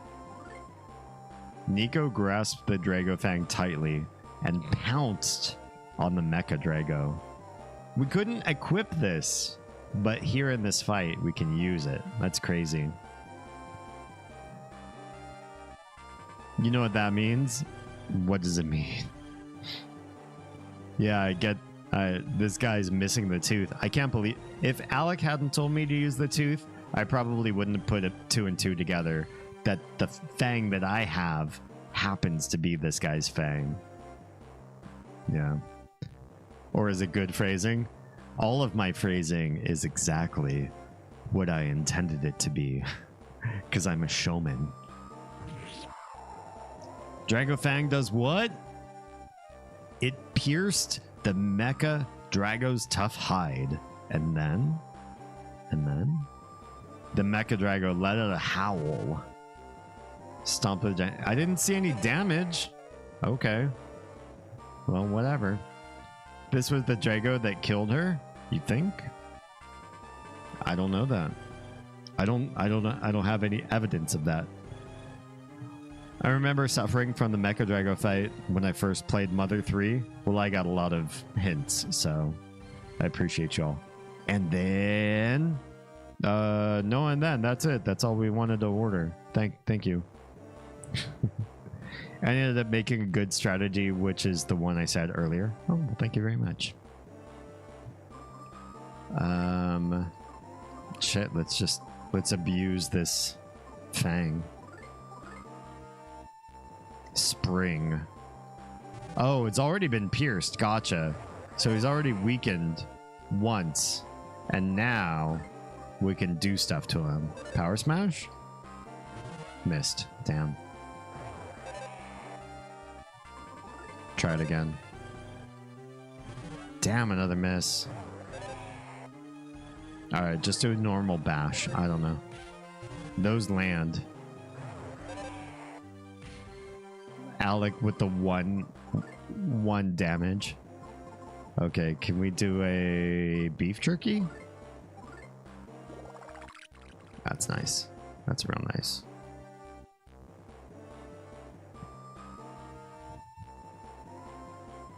If the fang fits, you can't quit. Nice. Throwback.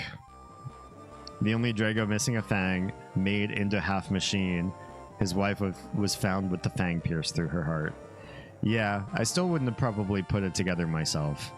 Maybe if I was playing it faster, like on an everyday basis, but once a week, probably not. The annoying attack the boss has is the war cry that lowers both your defense and offense. Gotcha, gotcha. Yeah, as long as he just smacks me, that's fine.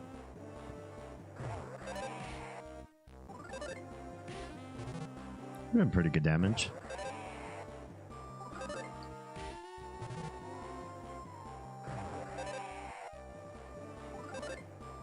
Come on, Nico. Win.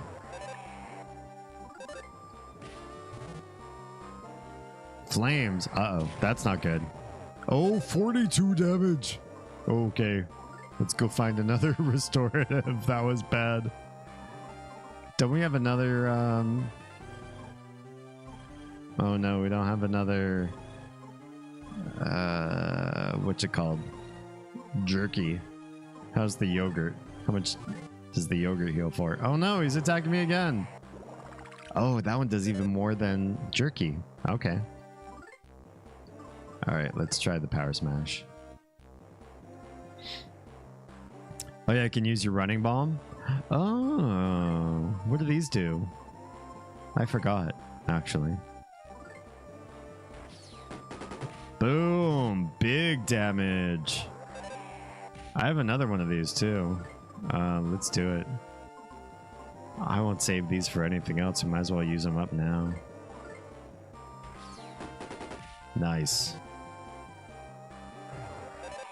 Who cares about your stomps now, jerk?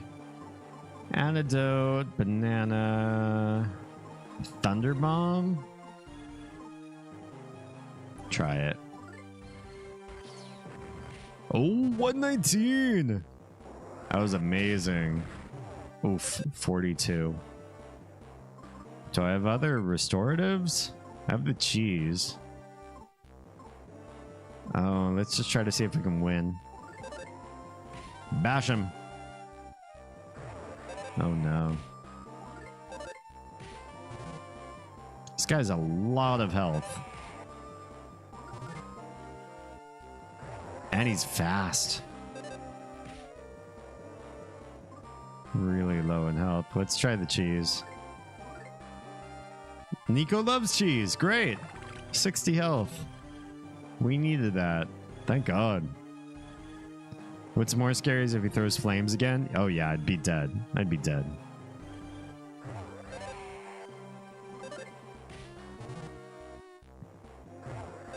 Biting attack is okay though. Tried one last attack. I don't like that. Oh, mortal damage.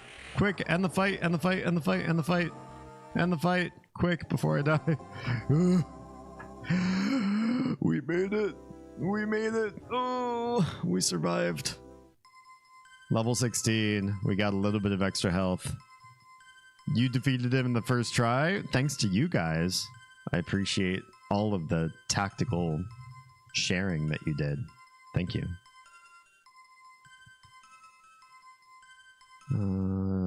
Decent level up. Aw, poor guy. We're all on the ground. We're all doing bad. Oh no, Tiny woke up from a nightmare. She just wanted snuggles. Poor thing. Tiny passed way out. Before I even left, putting Little down to bed, Tiny was out, sacked. Poor thing. Unlike me, I died 30 times trying to beat that dude. Oh, damn. Oh, the little guy's trying to nurse him back to health. Nico, don't do it. So she's in our bed now? Oh, okay. She was gone 100%. You must have done some voodoo because she was done. We read 2 comics and she was like, okay, bye, good night. Oh, poor thing. Yeah, I tried to say goodnight to her after I said goodnight to the little, and she was already asleep and sweating. She was sweating so bad. She was burning up today. I don't think it's a fever, but she's just like sweaty the whole day. I mean, it's summer in Georgia.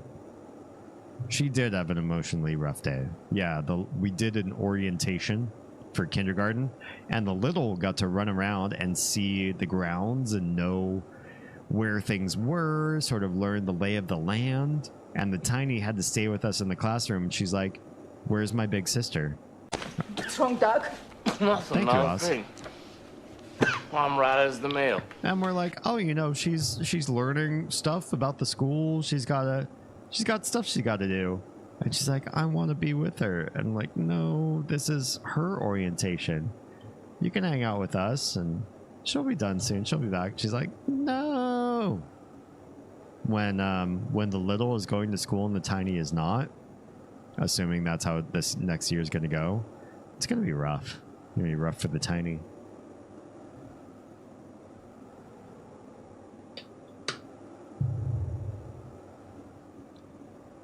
Leftovers will do for lunch tomorrow. Honestly, I love eating leftovers the day after. There's something so nice about just opening the fridge and being like, oh yeah, I didn't finish yesterday's food. I've got a built-in pre-cooked meal ready to go. I love having restaurant food that's like more than you can finish in one meal. You're paying future you some self-care. I really like that. Leftovers are great. And some leftovers taste better than when they're fresh. Especially like stews and soups taste so much better when they've had some time to ruminate. Good stuff. That and they were like, oh my god, can we please go to the playground? And I had like 1 hit point. Oh, yeah. Maybe tomorrow? Maybe tomorrow will be playground day, depending on how storms are. It's been so thunderstormy every day for like a week here. Please eat the rest of the omelet in which fridge? Ground floor or second floor? I started making Mississippi beef noodles. I've never heard of that before. What is a Mississippi beef noodle? I like noodles. We don't eat beef, but you know, we can make a lot of beefy dishes into fishy dishes and make it work. Downstairs fridge? Okay. What was Nico about to... Oh, Nico's got the fang. He was going to kill the baby. Nico, don't do it. Don't do it. Chuck roast ranch seasoning noodles? Interesting. Interesting. That won't solve anything. You'll only make its child go through what Waz and Damien had to. Oh, Alec with a big empathy over here.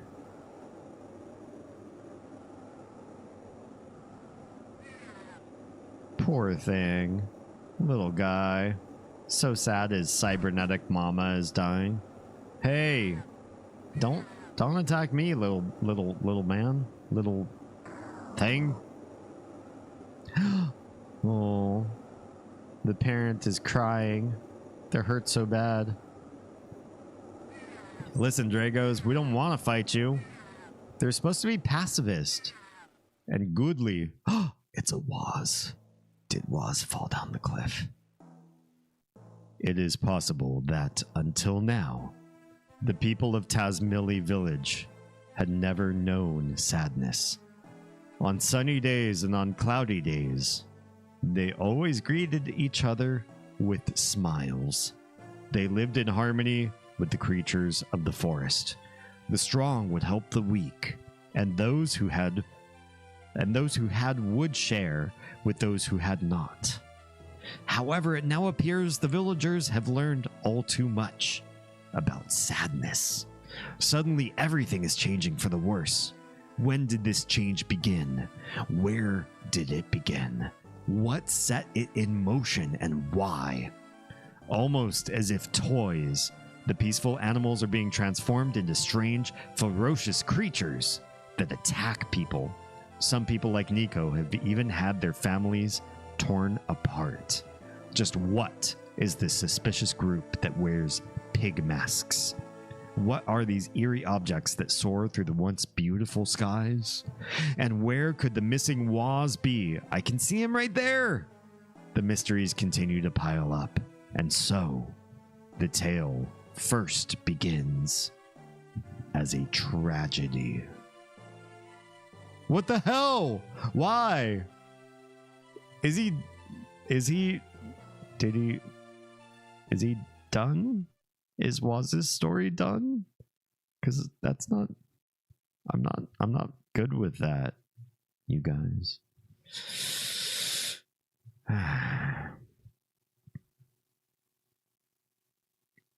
Chuck roast cooked to shredded in ranch powder, gravy powder, pepperoncinis, beef stock, egg noodles. Interesting. The Mecha Drago shed a tear and stopped moving. So sad. Very sad. Mississippi beef noodle sounds like a euphemism gay guys would abuse the hell out of. Hey, you want to come to my place and try my Mississippi beef noodle? Brown gravy pepperoncinis. Interesting. This is chapter 1 and this is a sad chapter. Boaz will need to be informed of his premature demise. I know, I feel so bad. I really wish I didn't name these characters after people I knew. I'm sorry, Waz. I'm sorry, TG. I'm sorry, Nico, who has to live through all this. Where could the missing Waz be? Hey, dude, I'm hurt. Help me. I'm over here. I'm down at the bottom. I'm not dead. I'm alive. Please help me. I mean, you were warned it was a tragedy. True.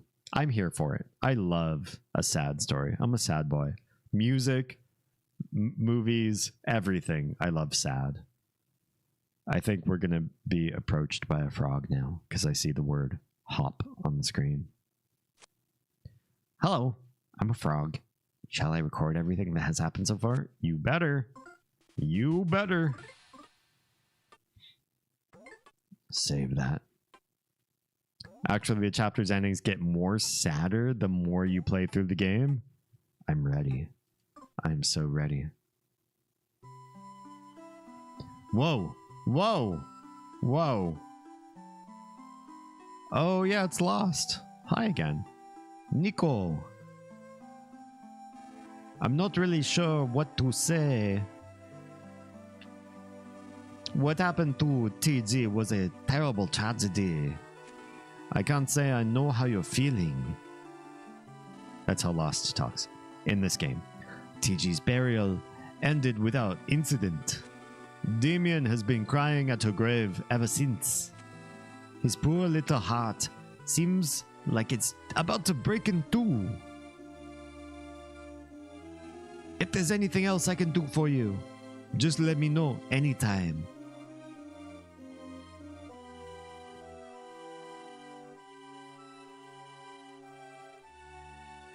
Well, Nico? Nico's talking. Lost. Thanks. Wow, the character you're playing actually talks sometimes. How about that?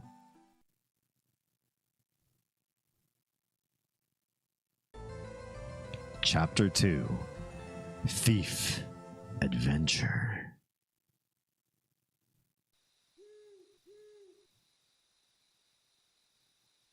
Interesting. Oh, this old dude. It's like Colonel Sanders. And there's Nico. Oh yeah, that's Lost's dad, Wes. Lost, I speak to you not as my son, but as my pupil. Spanish, Sass, German person trying to speak English. Is Damien portraying Duster? Who's Duster? I don't know the name Duster. Is that the name that the shepherd is named normally? The default name? The one who I named Nico? Every chapter there's a different color bouquet of flowers at Hinawa's grave. Oof. Nico's always leaving flowers. That's so sad. Oh, Duster is lost. Gotcha. So, yeah, I was trying to go for kind of loosely a French accent, but I didn't want to be too, like, stereotypical. So I just sort of did, like, a Francophile accent, which is kind of wider. It's not so heavily into specifically, like, a French accent for English. It's just kind of like, it incorporates everybody who speaks French as a primary language trying to speak English. That's where I'm going with Lost. Something sort of, loose.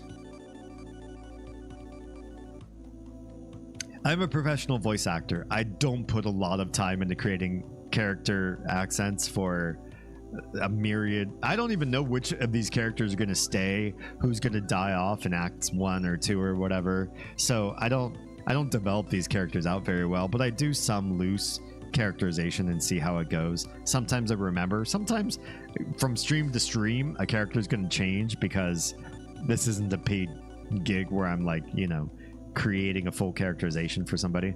We just have fun with it. Yeah, that's kind of where I was going with this guy. Francophile, but not specifically French. Duster's Lost original name. Gotcha. Yeah. I speak to you not as my son, but as my pupil. You like how he's got like a Western accent, but Lost does not. Listen, the time has come. No, this is not something we've been looking forward to. I had hoped the time wouldn't come, if at all possible. But you and I have been constantly preparing for this day, in the event it did come. I'm sort of stuck. I have the desire and sincere need to do things. I should get to bed though. If you get to bed, you can do some of those tomorrow with the spoons you will acquire. If you do not go to bed, you sacrifice tomorrow's spoons to try to get stuff done, and you've had a hard day. That's my thoughts. Chinese master / ninja trying to speak English is Jang West. I'm going for more like a, I don't know, like a Midwestern American Dust Bowl era old man. That's kind of where I'm going with that one. Interesting though. I have my computer now. I have to kick you downstairs in order to do what I need to do tomorrow. That's fine. If you ever need to, we can make that happen. So it appears you finally have a chance to try out what I've taught you. The enemy's form is still unknown, but we must now change the way we live. Are you prepared? I guess so. I guess we're playing as Lost here right now. It seems like it's gonna be the case. You and I both know you hate it. Means you might have to interface with BB&J. It has to happen. It has to happen. I'd rather feed into you than play into my own, you know, comfort. Also, I haven't made breakfast. Yeah. Well, we can always double team that. Lost, I am now going to give you a mission. Okay. Whoa, what is that? You will sneak into Osohe Castle. There you will find a certain important item, lots of bunny quotes there, and bring it back here. As for what this certain important item is, no, there is no need for me to tell you. What? Shouldn't I be briefed on this mission? If a thief can't determine the value of what he steals, he's a disgrace to the profession. Oh, I see. This is one of those, if you don't know, I'm not gonna tell you kind of things. Wow. Rude, Wes, rude. Simply don't have the spoon to do that right now. We can do it tomorrow. Not a problem. We've got no big constraints on how tomorrow morning's supposed to go. Still, would you like to know a little about it? Yes. Yes. Please, old man. It's a very important looking item. It's like all shiny. Yeah. I'll see no more than that. Thanks. First shiny thing I see, I'm gonna nab and come back home. That's how we're gonna do it. In the basement, you will find items I've prepared for you. The 7 mystical thief tools. No, wait. Were there 7? Well, whatever. Take them with you. They will prove useful during your battles with the enemy. All right. Thank you, I guess. Back when the king of Osohe still lived in the castle. Yes, I believe that's when it was. Anyway, back then I hid this treasure where no one would ever lay eyes upon it. I felt it was too much for even the king of Osohe to handle, or so I recall anyway. But the as of yet unknown enemy may be trying to acquire it. Under normal circumstances, this will be a job that calls for me. But Lost, I feel confident that I've hammered every technique I know into you. Giggity. Wow. Thanks, Dad. So try to accomplish this mission yourself. Understand? When you go outside, check behind the house. I'm so glad I talked to this guy. Twice. There's another secret. I've hidden another mystical thief tool-like item there. Why did I hide them all separately like that? That's what I'd like to know. I refill the box every once in a while when I feel so inclined, so always keep that in mind. Okay, old man. Jeez. Beware of the Osohe Castle part. I've been suffering in that maze. Castle? Okay. Good to know. Do we have room for all this? Hypno pendulum. What the heck does that do? Is that a thing? Why do I have shoes as a weapon? How is this a... Okay. What's the pendulum?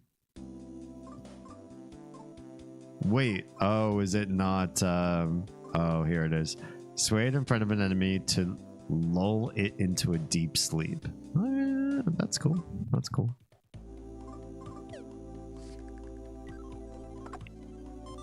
A tickle stick? Do I need to know?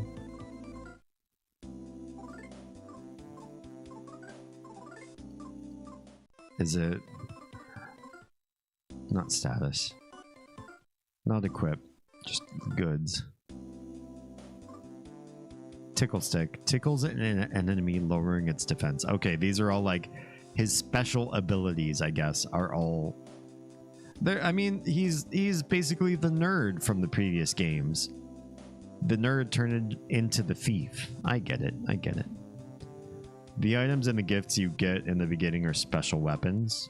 Seems like it. Scary mask. Smoke bomb.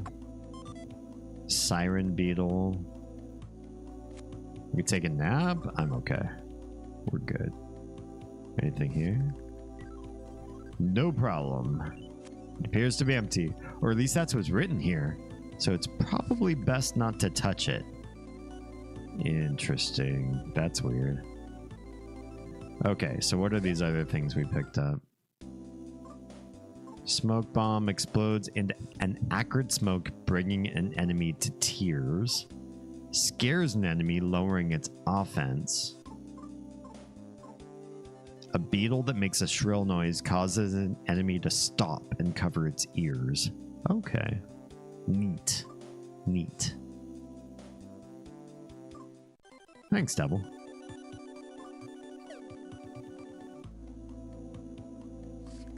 And there's one behind the house.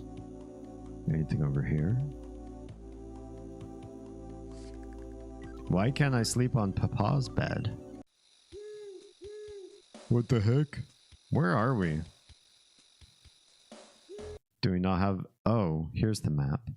Where are we? Oh, we live there? I guess I forgot. I think I knew that, but I forgot it. Okay, how do I get behind the house? This one? There it is. Thunder bomb! What do you do? Thunder? Oh, it's a normal item. Deals lightning damage. And womp womp.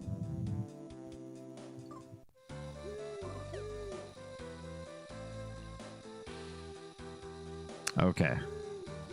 Where the hell are we going? What is that up there? Oh, it's just more flowers. It's fine. Hello? You need something from the map-loving, map-owning maps, and it must be a map, yes? Hope it isn't lost. I still see you enjoying nighttime strolls. Oh, you want to go to Osahate Castle? In that case, I'm marking the map for you. Thank you? We're going to bother asking what you're off to do this late at night.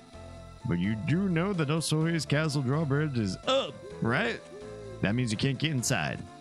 But there are rumors of an underground passage that leads into the castle. I bet Nippolite the Gravekeeper knows something about it. Oh my. Let's talk to Nippolite, shall we? Go, my dude. There's a frog here, right? What's happening? Oh, pardon me, I wasn't paying attention. Who are these guys? Oh, sorry, different accent, apparently. I'm sorry, but we're in a terrible hurry. If you'll excuse us. Come now, little monkey, we should be off. Interesting. Hello, those of you watching on Instagram. I will call you out by name if you chat. But if you don't chat, you can stay anonymously lurking behind. Welcome. Lost!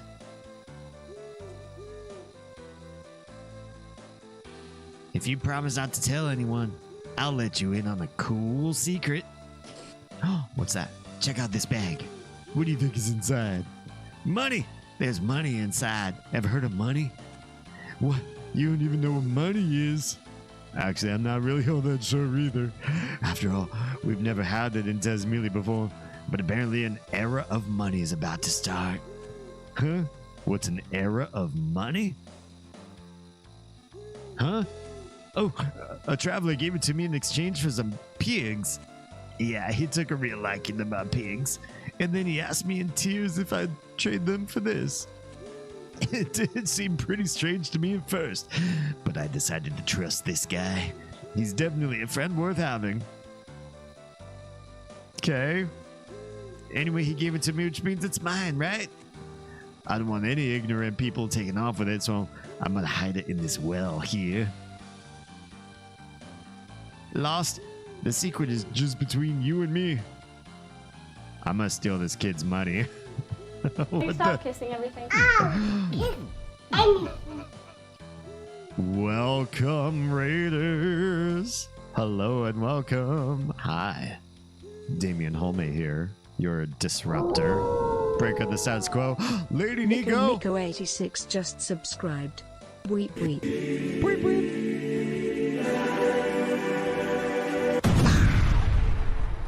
Hi and welcome, everybody. How was the Final Fantasy times? I could only lurk. I can't actually watch the stream because, well, you know, I'm not caught up.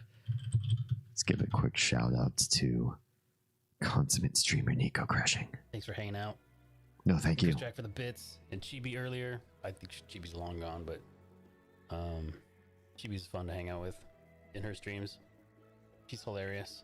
Look at how high your hair's standing. That's all I got, man. Rude. Hold up. God damn He you. was just ending the stream. Onyx. You're so mean. What a way to call it a night. Good job, Onyx. Good job. Hi, everybody. We riding the D train? Let's not call it that. Water Tribe? Are we? Why are we Water Tribe? Hi, robot. Dude, your hair was smashing. It had such volume. The chat's finally alive again. Yeah, we needed Nico's people. On Thursdays, we both stream at the same time, so we're bifurcating, you know, all of our favorite people. They have to choose between Nico and me. Obviously, if I were one of them, I'd choose Nico, personally. Why he's so mean? I know, right? Onyx, playing the big pranks. We did ride a train, though. Oh, interesting. I can't know too much. No spoilers for Dawn Trail. You and Nico are water signs? Are we? I'm an air sign. I'm an air sign. Nico's a water sign? Wait, Nico. What's your star sign?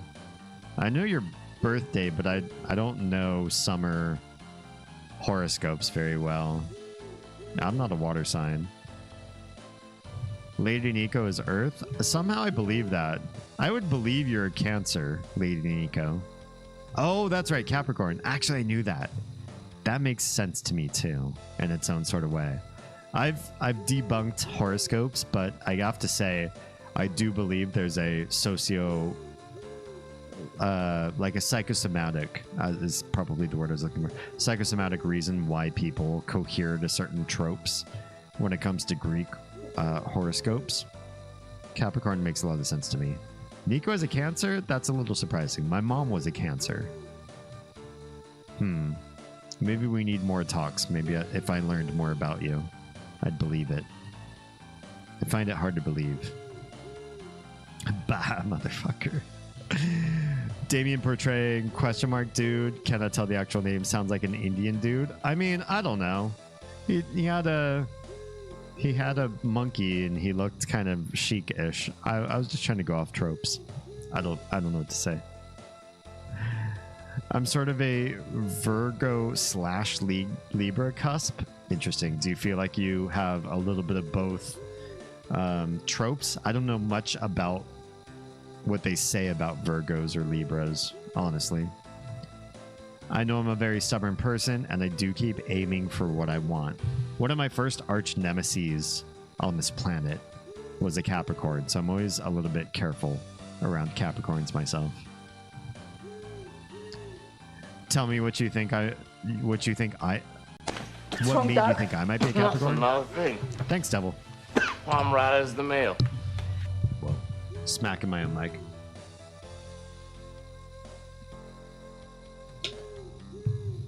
Lady Nico, I think it's your adversarial nature that a lot of people find. You find yourself in conflict with a lot of people, and that was very much true of the big adversarial Capricorn that I met in high school, where it was like he seemed cool, but when you asked a lot of other people about him, he had a lot of enemies. Like there was a lot of controversy around his existence, and it made you wonder, like, is it them? Is it him? Like, what's going on there? Why is there so much like swirling stuff happening around him? And I seem to notice a little bit of that in you. Correct me if I'm wrong about the situation.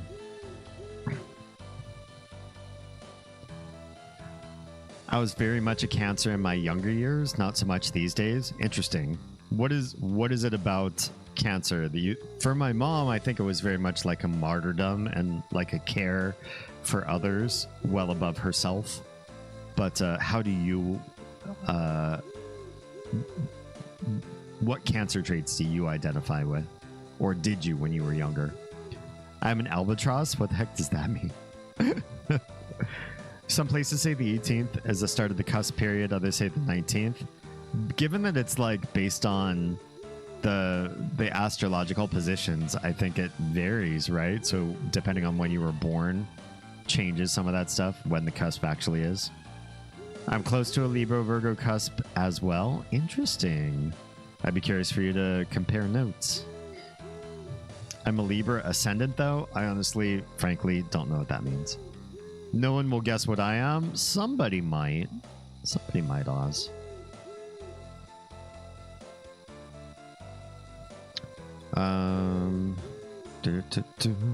Christiana says, I think it has to do with your development stage when you hit certain holidays or where your birthday falls in the school year for socialness. So Juju fruit mixed with me. Juju's Virgo, Koki is Libra. Interesting. Huh. Yeah, honestly, like my take on especially the Greek horoscope is if you're told certain things about your star sign most of your life, you're going to believe that because so many people from disparate walks of life will tell you things about you because they all cohere to the same ideology, you will eventually believe it because you're hearing it from so many different places. My star sign, the things that I heard growing up were from so many different sources, but they all sort of created a cohesive ideology, and I started to buy into maybe I'm that. I don't think I was that by the metrics upon which I was born, but I feel like hearing certain encouragements in certain directions inspired me to become a certain person over time. So it does work in its own way. You were raised by two Capricorns? No wonder. No wonder, Christiana. That says so much to me. From the one Capricorn that imprinted so heavily on me. Someday I'll have to tell you guys that story. The arch nemesis Capricorn. I'm Taurus Moon, Pisces Rising. I don't know what that means. I don't know what those things mean. Why haven't I drunk water since I woke up? If I could do a triple self-care for you, Devil, I would do it right now. Go hydrate, stretch, and posture check while you're at it. That's the triple self-care. Virgos tend to be very attentive to detail. I mean, I am, but I'm not a Virgo. I'm gonna go drink water in-game. Drink water for real. Pisces moon? What does the moon and ascending and all that stuff mean? What does that mean? Albatross equals I made my own sign. That's cute. That's very cute. I always try to do what's right and communicate openly, but people never seem to like my bluntness. Interesting. Or they don't talk to me and only tell me there's issues when it boils over. That could be a representation of where you live too. I notice some places, like I've lived in certain mid-Atlantic states and the bluntness is higher, where in certain West Coast states, I know you're not on the West Coast, but just place to place, some people don't like bluntness or openness. They prefer tact societally, and some people prefer openness societally. It's different regional areas, maybe even more so than star signs. The only time there's issues when it boils over. Just stop talking to me altogether, leaving me a mess wondering what went wrong. Yeah, I hate that. Robot says Oz is Scorpio. Did you know this ahead of time? Because you're right. You are right. Albatross is the one brand for that refresher thingy for the bathroom. Is it like an air freshener? That's funny. Cristiana says people tend to have a birthday that is 9 months after one of their parents' birthday. I see. Yeah, that makes a lot of sense. So it might have to do with who raised you too. That's true. Now I have the I'm an Albatross song stuck in my head. There's an I'm an Albatross song. Interesting. My mom was a Cancer. Not sure what my stepdad was. I need to check. Albatross is a mythical creature. I mean, it's also a real bird, right? Large bird that would fly beside seafaring vessels and bestow good fortune on them. However, if they kill the albatross, that's good fortune turned real sour real fast. Like breaking a mirror, right? I think a Libra, your stepdad? Okay. I tend to follow the Libra tropes more than the Virgo. I say choose your own adventure, you know? If you identify stronger with one avenue and you think you find more positivity there, go for it. Do that. Self-identify. Like Troa, who's an albatross, apparently. Sun sign is the day you were born and descriptive of you. Rising is how you're seen. Oh, like your outward demeanor or expression, right? Moon is the sign that rules your emotional aspect. I think who I am and who I am emotionally are basically the same, though. Is that different for other people? Do you feel like emotionally you're one way, but at your core, under your emotions, you're different? My emotions, I think, are me. Maybe that's just me. I don't know. Totally linking it in Discord. Wouldn't want to interfere with watching your stream. Thank you. Yeah, I'll check it out later. 9 months after a parent's birthday or a holiday. Yeah, frankly. It was mentioned once, I forgot when, but I have a good memory. Oh, Oz, robot is categorically taking in information about your life. Careful. My mom was very emotional, hence the alcoholism. Oh, that sucks. Chat, should I replay Mother 3 again? I think everybody's going to say yes. This game has been really interesting, and the story is absolutely unpredictable. Even if you played it before, I can still see just the charm of the world building. It seems very, very fun. I've met plenty of fairly rational people that become basket cases when they become emotional. Interesting. Interesting. That's an interesting take. I remember reading a joke about making a new star sign bees. If you look up in the sky, you already see the constellation. Every individual star, a bee. That sounds scary. I think most people are afraid of bees. I'm very open emotionally, but abuse and problems because of things, it tends to be harder for me to express my opinions. I think due to PTSD and having met as many narcissists as I have in my life, I am closed off on the emotional front. I don't like to just say whatever's on my mind because I always fear that it's going to be weaponized or it's going to cause something dramatically negative against me if I'm too open. Yeah. Christiana says, I like the Viking Celtic signs better than the standard astrological signs. I've done some research in them, but I've forgotten what I learned, unfortunately. I'm obsessed with balance and was before I found out about Libras. Interesting. Yeah, for the kids' sake, I looked up like all the different horoscopes, Chinese, Greek, and others, even Native American, just to see what sort of things people would say about them, but also to teach them that horoscope and astrology is not a one culture science. You can't just look at Greek and say that's the end of the story, when so many different places around the world have their own ideas and they don't really coincide with one another. So yeah, it's pretty wild. I say just pick what you like and make that happen. Yeti, did you get my DM in Discord? I have a crave that I wanna sort out with you based on something we talked about in a previous stream. I gotta know. Check your DMs. I'm Ivy. Is Ivy a Viking sign? I'm unfamiliar.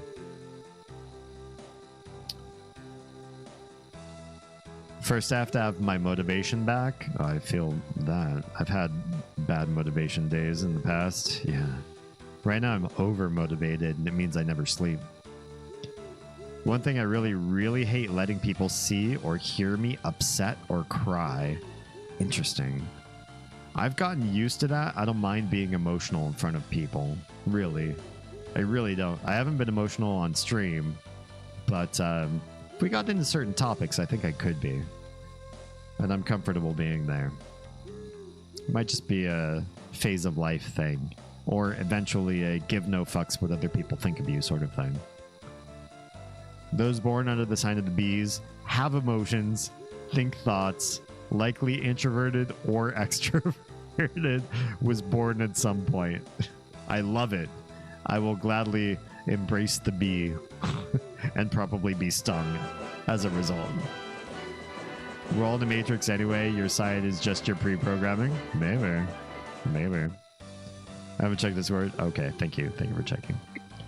I don't mind showing upset, but like when I'm full on crying, I think I could cry in front of almost anybody. But again, I have very little fucks about what people think about my emotionality. I will just cry, and other people can figure out what they want to deal with that.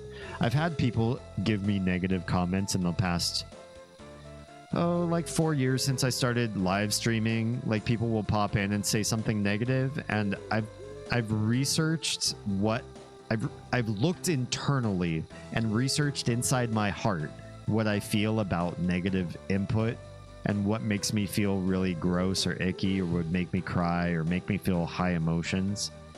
And I don't care what people think about how I react. In fact, I'd almost like to share more of that kind of stuff so I can sort of course correct if I'm upset about the right sort of things. If there's something that's petty but it hit me hard, I want other people to say, oh no, that shouldn't hit you quite as hard. You know, maybe think about it in a different light. Or if I'm underreacting, and that's happened in the last couple years, where I've said a story and people are like, well, why don't you just like go ballistic? I'm like, go ballistic? I don't know. I'm not a ballistic sort of person. And they're like, you should. Your emotionality should be way bigger than this. I'm like, oh, okay, maybe I'll consider it. It's good to hear from other people. My mom did always pick on me for being too emotional, and other people mock me for being too sensitive a lot of in my childhood. I think you just have to find your tribe. Emotionality is one of those things that some people favor and other people are squeamish around. You might just be finding the squeamish folks. I responded to Discord. Thank you. I'm gonna click over real quick and see. Okay. All right. I'll have to, Yeah, we'll have to talk some logistics. I need to know if this is properly sanctioned by everybody in your entourage or like what's going on. And yeah, I want to speak more of the business side of things on that front. I'm going to leave the stream because my younger brother is telling me to play with him in Roblox. Enjoy. Thanks, Devil O'Dash. Thanks for popping in on 2 streams. If I could have you on any stream, I'd prefer it on YouTube, but seeing you on Twitch also is also cool. So I'll catch you on the flip side. I think I'm going to have to call it the food one this round. Oh, no.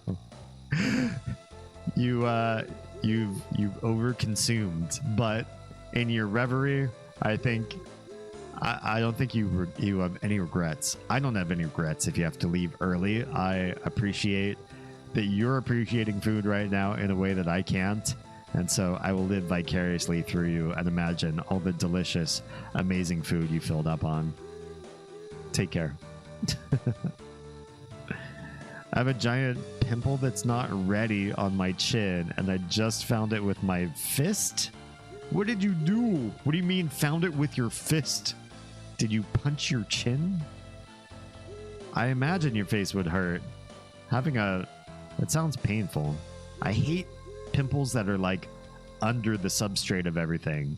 They're impossible to pop yet. So you just have to wait for them to grow, which is gross and awful. It's under the edge of my chin on the bottom. Ugh, weird. That's weird. 50,000 DP of money. Oh, Lost is in trouble. But you put it back? Oh. Lost is a good being. What a nice guy. He's not gonna steal. Let's save. Oh, that's very sweet. What a good being. I don't mind when others are emotional most of the time. Lacking my own, I find it interesting. Yeah, I cry in very weird situations, but I'm also, Oz can tell you, I can be frosty in situations where other people might want me to be a stronger emotion. Like, why don't you get fiery? Or why don't you, like, fight for me? Or why don't you, you know, step up? And I don't necessarily feel that way myself. Yeah. But it super doesn't bother me when other people are emotional. I feel like some folks argue that emotionality can be weaponized. Like, oh, you're crying just to make this happen a certain way. Well, thank you very much, Oz. What is this? Is that a blimp? Is that a helicopter? What did it just poop out? I'm nervous about the poops. The poops are happening from that blimpcopter. Yeah, I feel like some people imagine that crying can be weaponized to make a point more strong for one side. I'll probably be kind of stone cold to somebody, like especially if we're in a debate or argument and they start to get emotional. I'll be like, you can be emotional about it. I'm not gonna react to your emotionality, and I'm not gonna say, oh, I'll pull back because you're starting to cry. I'll still probably be heavy-handed. But I don't mind it. I don't get mad and be like, oh, you're just weaponizing tears. That's dumb. Some people just can't help it. You wouldn't like me when I'm angry? I'd be interested to see. I probably wouldn't like it. It'd probably be awkward, but I'm just curious to know what that's like. Let me rearrange some of my windows here so I can see everything all right.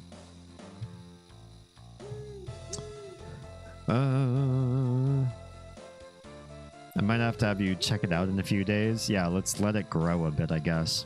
The worst pimples are inside your nose or ear. Oof, I've had a couple of those in my life. And yeah, they really are the worst. Lost is a very honorable thief. He's a nice guy. The ones in your ear are so satisfying. Ugh, I don't think there's nearly enough satisfaction of popping a good ear pimple to merit the pain that you have in building one up. I'd rather never have one than have the satisfaction of popping one. I'm fire, D is ice. Yeah, we're like Ruby and Sapphire. What can I say? I've been accused of that. Oh, like weaponizing your emotions. I'm on my last leg. Yeah, you are, Yeti. If you ever need to borrow one, I can't really offer you mine. I'd be in trouble if I did. The girls would probably be mad. But if I could, I would give you a leg. But my mom totally would weaponize crying and getting upset. That makes it worse. If you're emotional and you know somebody who weaponizes emotion, I think it makes you feel weird about having your natural reactions to watch somebody else unnaturally use them as well. I hate that. Yeah, that's not a good pairing. You should just give her space. When I get really angry and really upset, tears start forming. I might not be actually crying, but they're still forming. Yeah. Okay, so I'm going to the castle, which is north, through the cemetery, and I gotta talk to the groundskeeper in here first. I guess we're gonna do a cutscene. Oh my, that's a Zed. We're gonna fight? Maybe. Oh, lost. I'm alive. Oh no. Oh no. Charles, welcome. Thanks for joining us. Welcome to my family of fledglings. We play all sorts of variety of different games. Next week, we're going to be changing scheduling a little bit, so you might not be able to catch us in the same live capacity. But if you find me on Discord and cyberstalk me and do all that kind of stuff, I'm gonna post all the big changes to our scheduling, so you'll be able to follow starting next week. But yeah, we're in the midst of Mother 3. This game has been weird. In a weird way. Mother 1 and 2 are already really wacky, so I expected wacky. Mother 3 is on a very different level already. It's unsettlingly different. Troa, seriously? A 5-stream streak? What happened? Did you file a help ticket with Twitch? How is everything working now? Wasn't yesterday 2, then 3 later in the evening? Yeah, I think it was. I just assumed you actually like reached out and got help and maybe they fixed it for you. Crazy. You should be in like, I don't know, maybe up to 100 by now. You've been watching a lot in a row. I found a site that gave me my star sign info. Link it in chat. Maybe other people would be interested in looking it up, finding it out on their own. Oh, didn't I die? Oh no, there's more. Dude, Lost, you're gonna die. More. I want to live more. Lost is dead. Oh no, you're surrounded. You're fully surrounded now. Oh my, is that you, Lost? My, how you've grown. Why, there's so much of you that I could eat for 3 days and 3 nights and still have leftovers. Oh no! No, we're gonna fight 4 oh, wait, there's only 3. Why put 4 zombies in the overworld and make me only fight 3 of them? That's weird. I was gonna submit a ticket, then I started changing. Though then it started changing, so I held off. Interesting. Co-star astrology.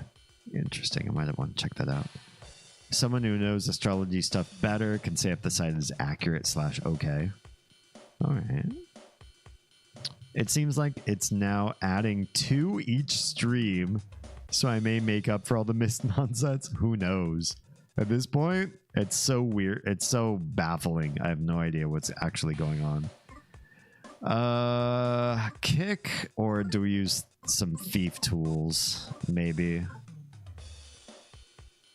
Should we? I don't remember what any of these do, frankly. Let's try smoke bomb.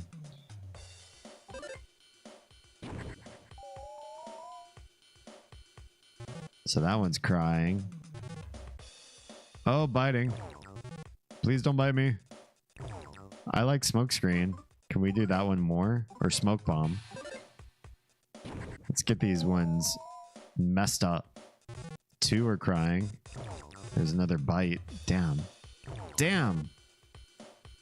Damn, they're still able to all get a bite off. Didn't work? Oh, I'm gonna get killed. Having trouble balancing? Making an odd sound? Okay, let's kill him.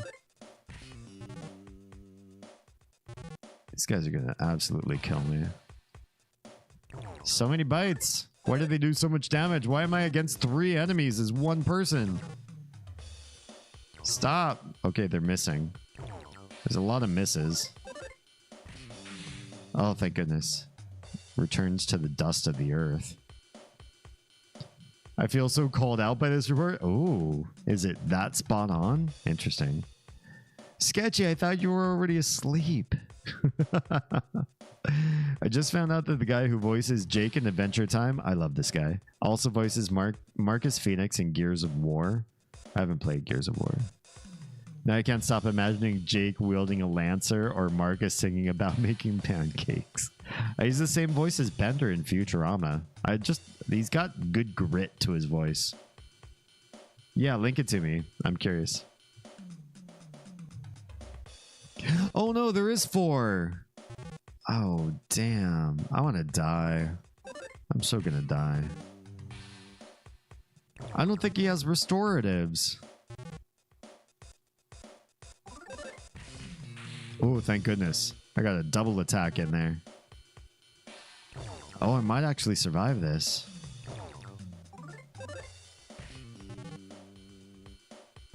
I like all these odd sounds.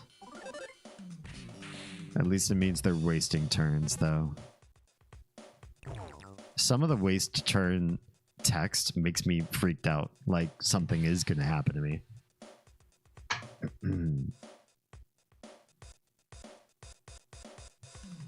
He's got a range. I'll give him that. Yeah, I like all the different voices he's done. It's a small range. Some voice actors do a lot more variety, but I don't think variety is necessarily a voice actor's best tool.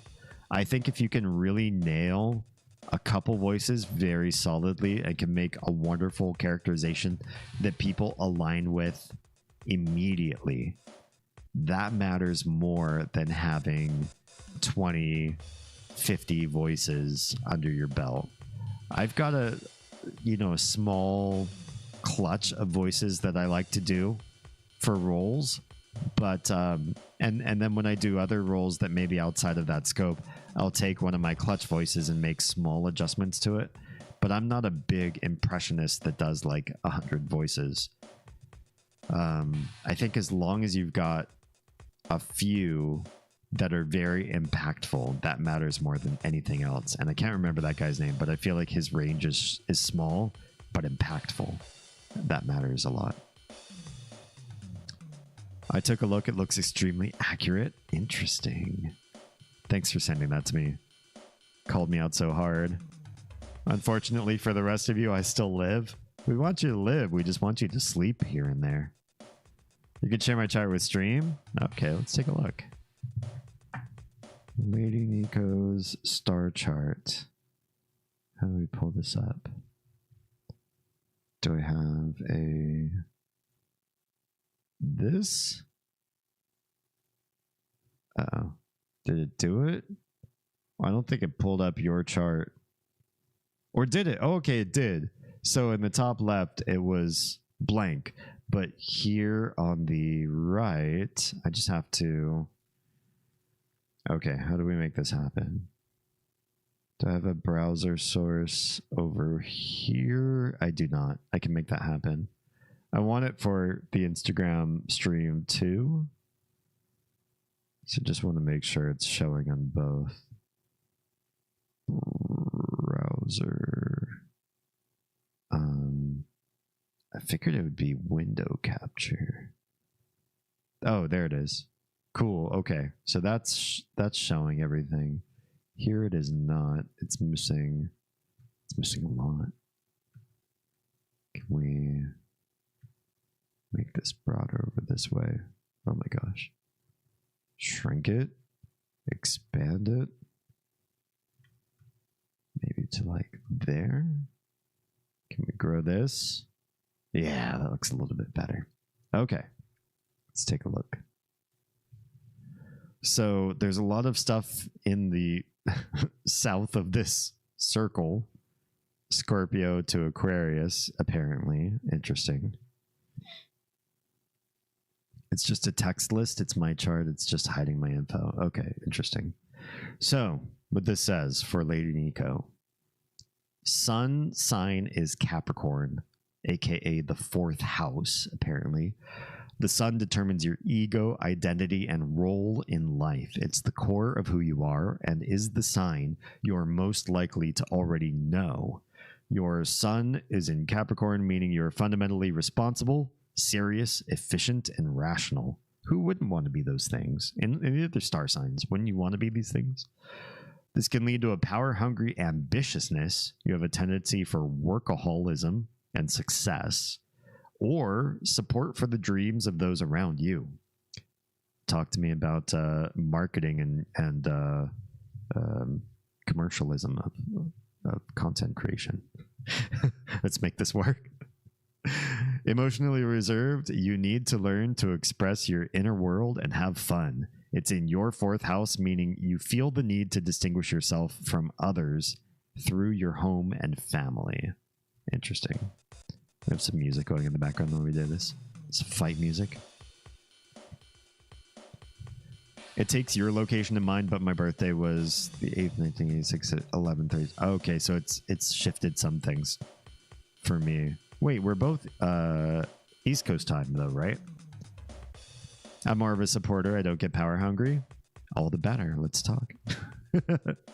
I'm a Capricorn too, but it really doesn't fit me aside from being earthy and liking nice things. Interesting. I don't believe in that sort of thing. I don't believe in it prescriptively, or descriptively, but I believe in it prescriptively. I.e., somebody tells you you are a workaholic type, you maybe don't believe it. But 50 people over the course of your life in different circumstances all cite you as like, oh, you're a Capricorn? Oh, I bet you like to work really hard. Oh, I bet you're like really focused and determined.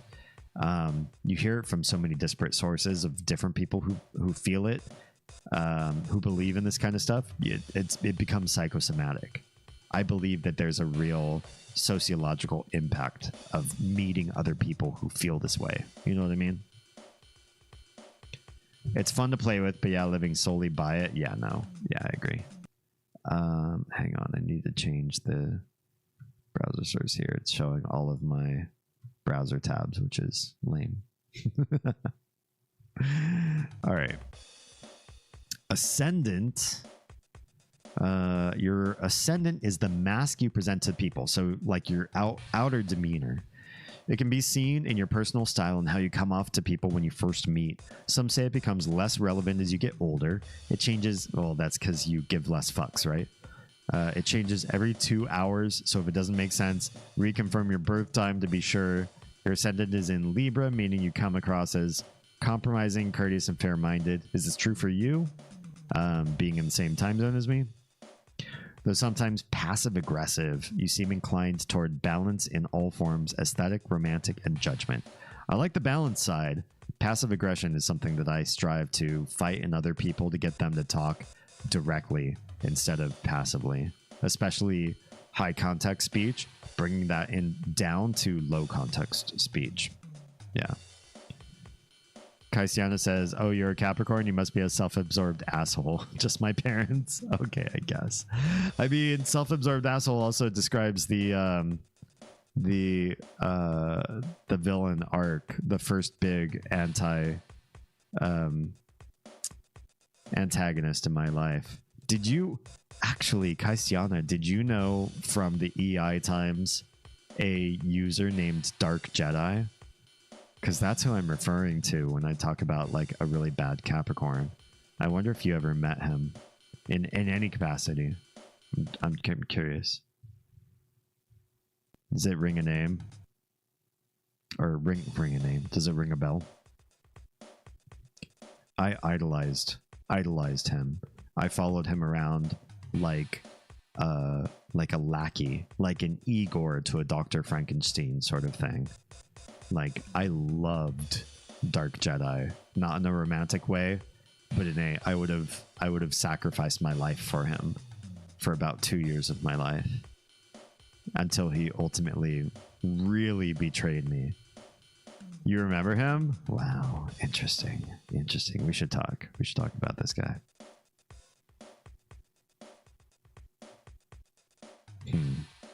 It's fun to play with, but yeah, living solely by it, yeah, no. If I could get away with never working a day in my life, I would, but supposedly I'm a workaholic, so that's fun.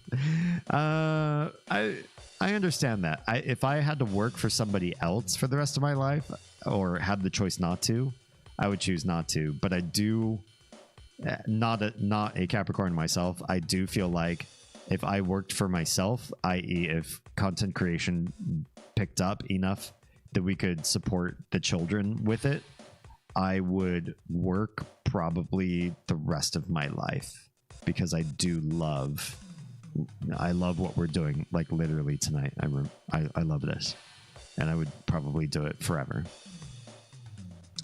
That's pretty true for me. I get passive aggressive when I start getting irritated or angry. Interesting. But I don't do it to people I know. Interesting. So you have a rule set on that. That's me, balanced but passive aggressive when I'm unbalanced. Oh. I'm not really a workaholic, but I do get very focused on things. Oh. Kitsune, are you also a Capricorn? How many Capricorns do we have in the chat? Just out of curiosity. I want to read your tarot sometime. I would be down. Make it a night.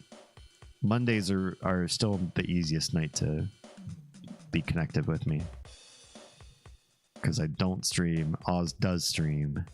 So yeah, it's a good night for me. Okay. So Moon, Capricorn again. The moon rules your emotions, moods, and feelings. This is likely the sign you most think of yourself as, since it reflects your personality when you are alone or deeply comfortable. Your moon is in Capricorn, meaning your emotional self is somewhat repressed in the name of responsibility, seriousness, and rationality. You crave the guidance and comfort of a teacher or parent. It's in your third house, meaning you find security and safety through the things you know and are familiar with. I feel like those are sort of broad swath identity for a lot of people. We all sort of feel more comfortable around rational and responsible feelings.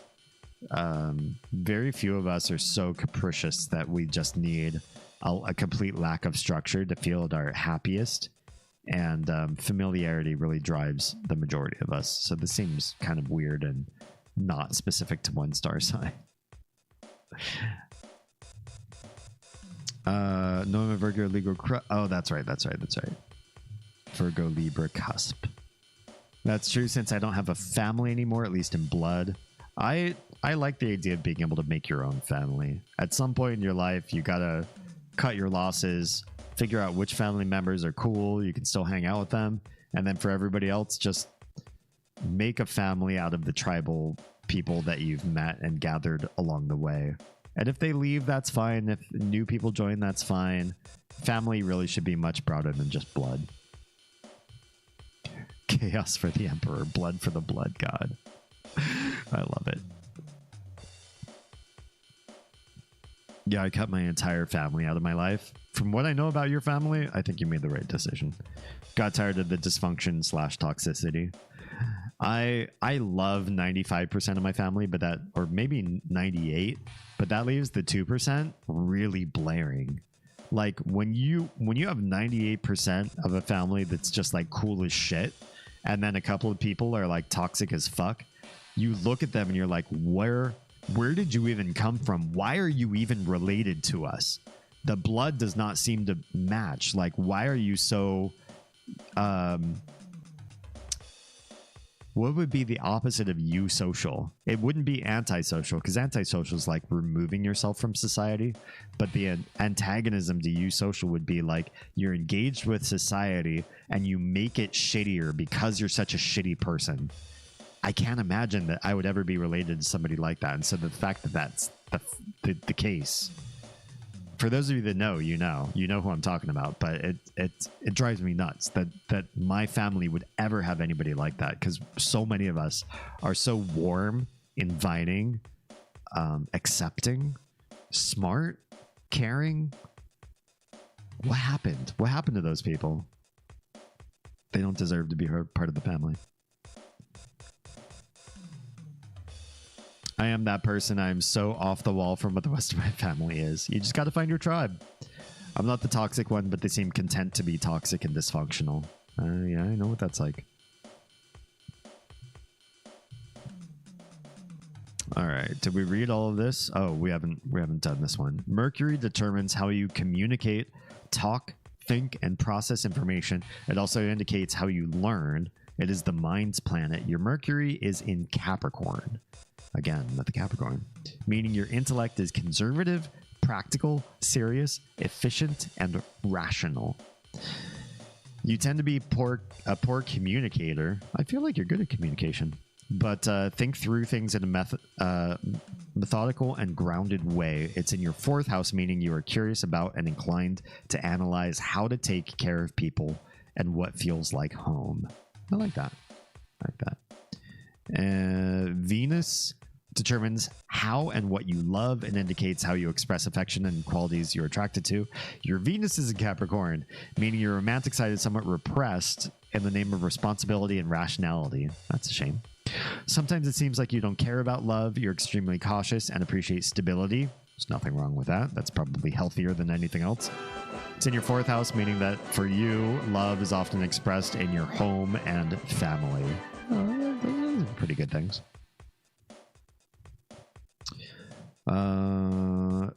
I'm a black sheep too, but my family is an army of erratic, warm, harebrained, and openly caring people, so I lucked out. Good. It's good to be weird, but still have a good family. Lady Nico's like 90% Capricorn. I know, right? That one isn't quite so right, but it does feel like people just don't understand me no matter how much I explain. I don't think I felt that issue myself. I like to cook for people. Oh, well, you know, the road to many people's hearts is through their stomach. Cassiana says, my blood is more toxic than the BP oil spill. But when you grow up like that, you sort of get numb to it. I think, yeah, that's the difference between you and me is you couldn't escape it. And I was in a situation like through law, I didn't have to interact with it nearly as much. And so it didn't shape me. And it made me feel all the weirder about it. It stood out like a sore thumb because I had such little exposure to it growing up, that when I did have high exposure to that toxicity in my family, I was like, yo, what the fuck? I can't imagine, like, why do you exist this way? And why do people actually interface with you when everybody in the world should have cut you off by now? And, you know, over time, some folks are starting to. Last few years, we've seen some cutoffs, and I'm like, yeah, that makes sense. Good for you. I just had an aha moment. Oh, being a good cook is my adult replacement for being a hoe in my 20s. It's my replacement in. I mean, at some point, it's not sustainable to just offer your body to people, but it's always sustainable to help sustain other people's health and wealth by feeding them good food, right? And good drinks. They were great at hiding it, though. Oh, yeah. Yeah, they were. Your family was good at looking functional. Baking is the modern prostitution. No, it's the grown-up prostitution. You can be sort of hoey in your younger years, and that can be a replacement for, I want to show you all how much I care and provide. But later on, you can't just keep doing it. Well, I mean, some people can. I shouldn't kink shame. It all makes sense now? Oh, interesting. I was also very touchy-feely when younger. I'm not so much anymore. But yeah, cooking for people, especially those who appreciate it. There's something to be said about, like, imagine the moans and enjoyment that you can provide for somebody without being physically intimate with them, just by giving them, like, really delicious food. You can make somebody, like, near orgasmic with the right food. So I get it. I get that transition. Stop speaking my truth. Hey, this is what we do. We find truth. This is my brand. Welcome to my channel. Do we have a mod available, or should I mod this myself? I'll give them a minute and then I'll cut them on my own. That's Venus. Mars. How far does this? I feel like we're only... Oh, Jesus. Thank you. Sam, you're a gem. Wait, Sam, hi. How long have you been here? Welcome. I should have a mod check. It's like a little sound thing. How far should we go down before it gets crazy? I feel it's all called out. Want some cake? Actually, I've been fasting for a long time. I do want cake. Actually, but I also don't at the same time, because when I fast, certain foods go out the window. My interest in certain foods disappears the longer I fast. Looks like my aha resonated well. Usually means there's a ring of truth. Troa, yeah, you definitely found something that resonated in others. You can read what you want or skim through. Okay. Thank you, Sam. You're the best. Robot says message deleted. Nice. Mars is the planet of aggression. It determines how you assert yourself, take action, and the energy that surrounds you, particularly in your sex life, your ambitiousness, and when you're angry. Your Mars is in Scorpio, meaning you assert yourself in a way that is serious and incisive, and you push things forward with passion and intensity. Once you decide you want to do something, you don't hold back. It's in your second house, meaning you put a lot of energy into money and material possessions. Is that true? There's nothing wrong with money and material possessions. Actually, a recent study discovered that money does buy you happiness. And I think all of us, especially those of us who grew up as poors, have always known this.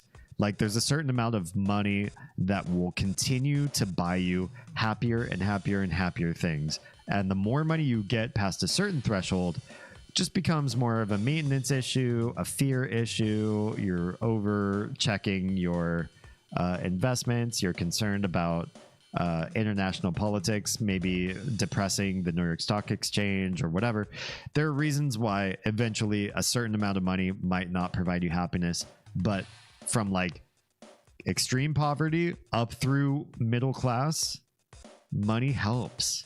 Money relieves stress, relieves anxiety, and the less stress and anxiety you have, the happier you will probably be. This study was no surprise to me. Yeah. Mother 3 took a weird turn. Yeah, I guess it did. Troy, you're on YouTube. Thank you for contributing to my watch hours. I super appreciate that. Money doesn't buy happiness. It buys you away from unhappiness. True. But being able to close the unhappiness chapters of your life definitely helps. Helps big. Then you can start. Message oblivion. I do like nice things, but I'm selective with what I invest in. Same here. I have big tastes, but I've never been rich. I've never actually had disposable income. So the things that I've come to own are usually through gift, weird circumstance, weird forms of like barter compensation for work that I've done for people, or inheritance in different ways. Like I have family, grandparents and great grandparents that have passed interesting things along. That's how I get most of my materialism done. I think it's right about when I get angry, especially when I know I'm right. That's fair. Money doesn't buy happiness, but poverty doesn't buy anything. Hey, that's true. That's true. I'd be a lot happier if I had money, can get some much needed dental work done, eye surgery, so that I'd only need contacts for cosmetic reasons and other things. I hear that, especially when you have to put off medical things. And we've been there for a long time. Last year, we actually went into medical debt and had a lot of big stressors on our budget because we thought maybe we're in a place where we could take care of some of those things. And then the other shoe dropped, and it turned out that last year was not a good year to do medical anything. We needed it anyway, but pulling the trigger ended up screwing us over really bad, and we almost wished that we hadn't done anything. I mean, there were other complications involved too, but yeah, just getting your medical needs met provides a significant amount of, if not happiness, at least contentedness and the direction to start looking forward toward happiness. Where if you know you have unaddressed medical situation because you can't afford to go see doctors or specialists, especially for those kind of things, it super gets in the way of happy. It is a happiness inhibitor, right? Dude, this window's open perpetually. I had no idea. I have no way to check. Maybe I do, but it would be too much micromanaging for me to check who's on Twitch, who's on YouTube, who's on Kick, who's on Instagram. Instagram I can see, actually. Thank you, Sketchy. I promise I'll save whenever I see a frog. I promise. I don't know how to maintain all those metrics. So, and honestly, I super believe I've become a better streamer when I stopped paying attention to who was active and online and who was watching the chat, and I just stream to you, the proverbial you Troa, or you Kaisiana. You, like, I have one person in mind, a proverbial person, when I stream, and I don't think about the numbers, and I feel like that does me significantly better in the long run. Yeah.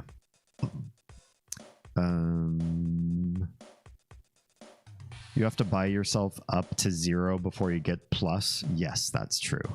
It's ridiculous. We have to have this conversation about medical in this day and age. It feels weird and dumb. Yeah. And the fact that we have so much medical tourism for those people that can afford it, that people would deem it worthy to leave the US, go to some other country, get that premium healthcare, and come back on a small percentage of what you would actually pay in the US is pathetic. It's pathetic. Medical has always been one thing that we should have never left to free market capitalism. And I'm a proponent of capitalism, but I also know where its limits are. And it should have never crossed sections with medical. It should have never crossed sections with the food industry. But here we are.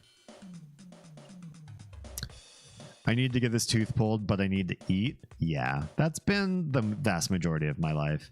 I actually didn't have medical care for an embarrassing long part of my life. Most of my earlier life, yeah. In fact, it's hard to get chicks with a stanky tooth. True. Fortunately, I have no interest in dating. Oh, well, there you go. Numbers are a big distraction for a lot of folks. I think so, right? Like if you're streaming to one person and you feel weird about there's only one person watching you, or if you're streaming to 50 people and you're like, oh my God, there's 50 people watching me, I have so much pressure. Either way, you're skewing the show in your own mind. You should be focusing on what you're providing, what sort of value you're giving. Are you doing something that people see as worthwhile, that's endemic to you, or it's different because it's coming from you? Ultimately, that's the one thing that you can share as a brand for those of you that stream, is you cannot be replicated. The content that you do, whether it's a game, whether it's reacting to content like we are right here with the horoscope charts and all this sort of stuff, or like watching YouTube videos. We watched a short earlier, that kind of stuff. Literally anybody can pull these things up and show them as part of their show, but nobody can be you.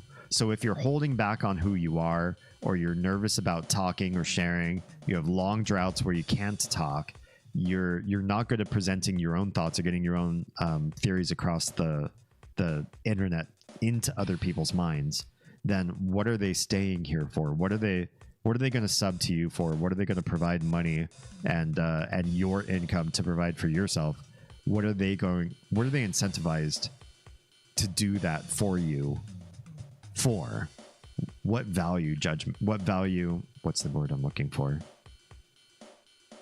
What value contribution are you suggesting that people are encouraged to continue to stay with you for?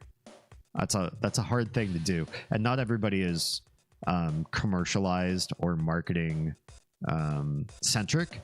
So, like, are there plenty of hobbyists on Twitch, on YouTube, on all these other platforms? Sure.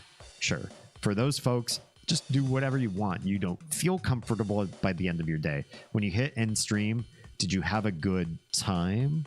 Did you do the thing? Did you decompress from work? Did you do things for yourself? Good. Then mission accomplished. But for people like me trying to turn this into a business, we have to think about it in a little bit of a different way. For me, that value proposition, that's the word I think I was looking for. Value proposition is key. And one of the best ways to do that is to stop looking at the odds. Don't think about who you're streaming to. Think about, am I making the best content I possibly could at this particular moment in time? That's what I'm trying to do. I remember dating. Oh no, makes you sound old. That sounds like a horrible way to spend my time now. Honestly, if I had to date today, I would be so scared to get back in the dating pool.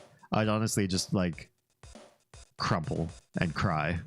I don't think I could do it. Yeah. Housing too? What do we talk? Oh, just the fact to be able to afford housing or not. What are we doing now? We're watching this one zombie while we talk about everything else. No, we're looking at star charts for Lady Nico is what we're doing, with a lot of side chat along the way. The problem with medical is it's both capitalism and mostly monopolistic. True. You can't like leave your insurance or doctor easy if they suck, or sue them easy.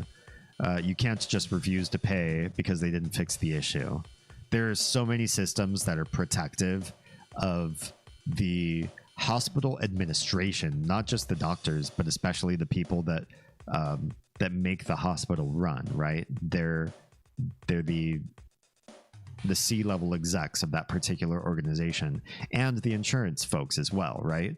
An insurance brokerage company could not have coast to coast myriad branches paying for the lights, the rent, the vast number of agents across so many different places in the country if they weren't gaining an immense amount of money from you and not providing enough worth to make it worthwhile for you to have medical insurance.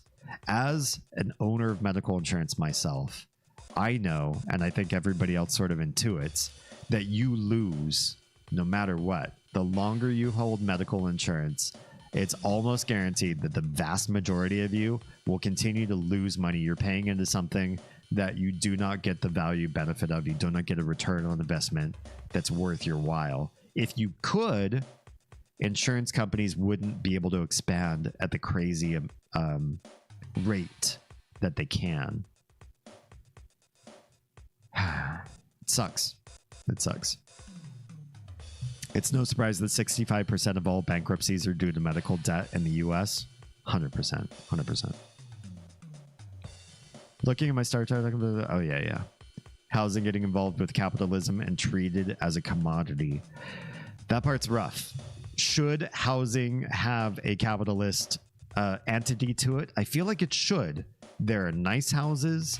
People should be able to vie for them, haggle, try to outbid each other, sell that house and move into a nice house. There's a whole free market system with housing and location and construction and design that I think is fine.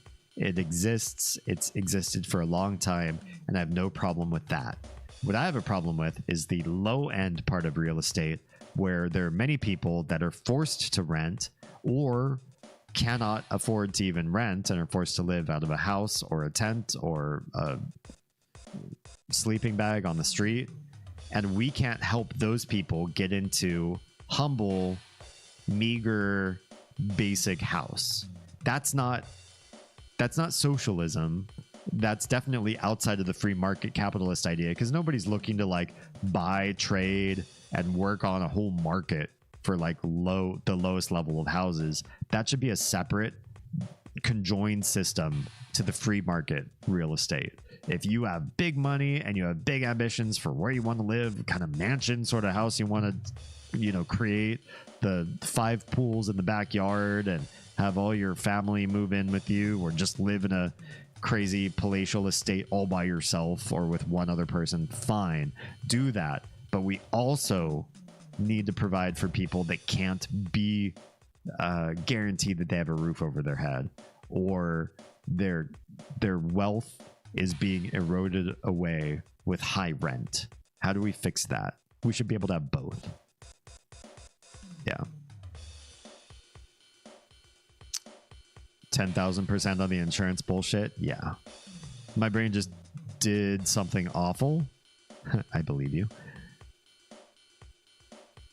Definitely think you could do a stream discussion about the housing market. Maybe that's what next discourse will be about on Wednesday. If we can narrow that down to something that's like hot topic, talk to me in DMs. Maybe we can workshop something out where we come up with something that's like hot button topic to discuss. It just nicknamed group therapy Tragic the Gathering. Dude, I might have to steal that. That's amazing. I like your rebranding. One issue with real estate today is corporations buying private residential properties. I do know some localities, not just in the US, but in other places too, are putting limits on what real estate firms or corporations can do as far as big purchasing of areas. They limit like the percent of real estate that can be owned by non-resident, like live in, this is your primary residence sort of thing. And that makes perfect sense to me. I would figure that the vast majority of locations would want primary resident people living in that area, because they get involved in local politics. The politics directly affect those people. The situation of, will this place stay occupied so the tax revenue will keep flowing and that person will keep shopping and contributing to the locality. It makes sense on a microeconomic level for that locality as well to limit these corporations from buying out big swaths. Why wouldn't we have had those sort of limitations earlier on? I think it was just like short-sighted money grab without really realizing what sort of a stressor that would put on sort of the social construction of an urbanized area. Yeah. Sorry, we can't get you a mortgage. You haven't proved you can pay $600 a month. Here's a studio apartment for rent, $2,000 a month. The criterion for renting is so lax compared to the criteria for mortgage. And I think what's weird is like you can have so much outstanding debt and nobody cares as long as you can pay the rent. But mortgage companies really care about that outstanding debt. Wait, with an American accent, R&R. Oh, Oz, you're sharing yours as well. We may have to go over that too. We've got time. We've got time. Yeah, the fact that mortgages are generally so much cheaper than rent, and the fact is if you could save up the money to make the down payment, you would end up finally making equity in your life instead of just paying somebody else into their equity. Would be crazy. But mortgage lenders care so much about your outstanding debt, they'll even force you to do things that you probably don't want to do, like pay down your lowest rate debt. Like we were looking to buy a home, and I talked to a mortgage lender about it, and they're like, so you have student loans, which I do, and you have a car loan, which I do. And they're like, if you could just knock out the car loan. I was like, whoa, the car loan's like a really low rate. I'd rather leave that and kill the student loans because they grow so much faster. I end up paying so much more in interest if I don't touch the student loans, if I don't take care of those sooner. And they're like, yeah, but we need you to take out a big chunk quick, and your car loan, if you could just pay that off, it would look so much better. I'm like, that's antithetical to everything I want to do with money. You're asking me to pay off the lowest growth debt, which will save me the least money in the long run. You're costing me money just so I can be affordable for a mortgage because you're scared of the debt I have open. It's awful. Mean people with bad ideas.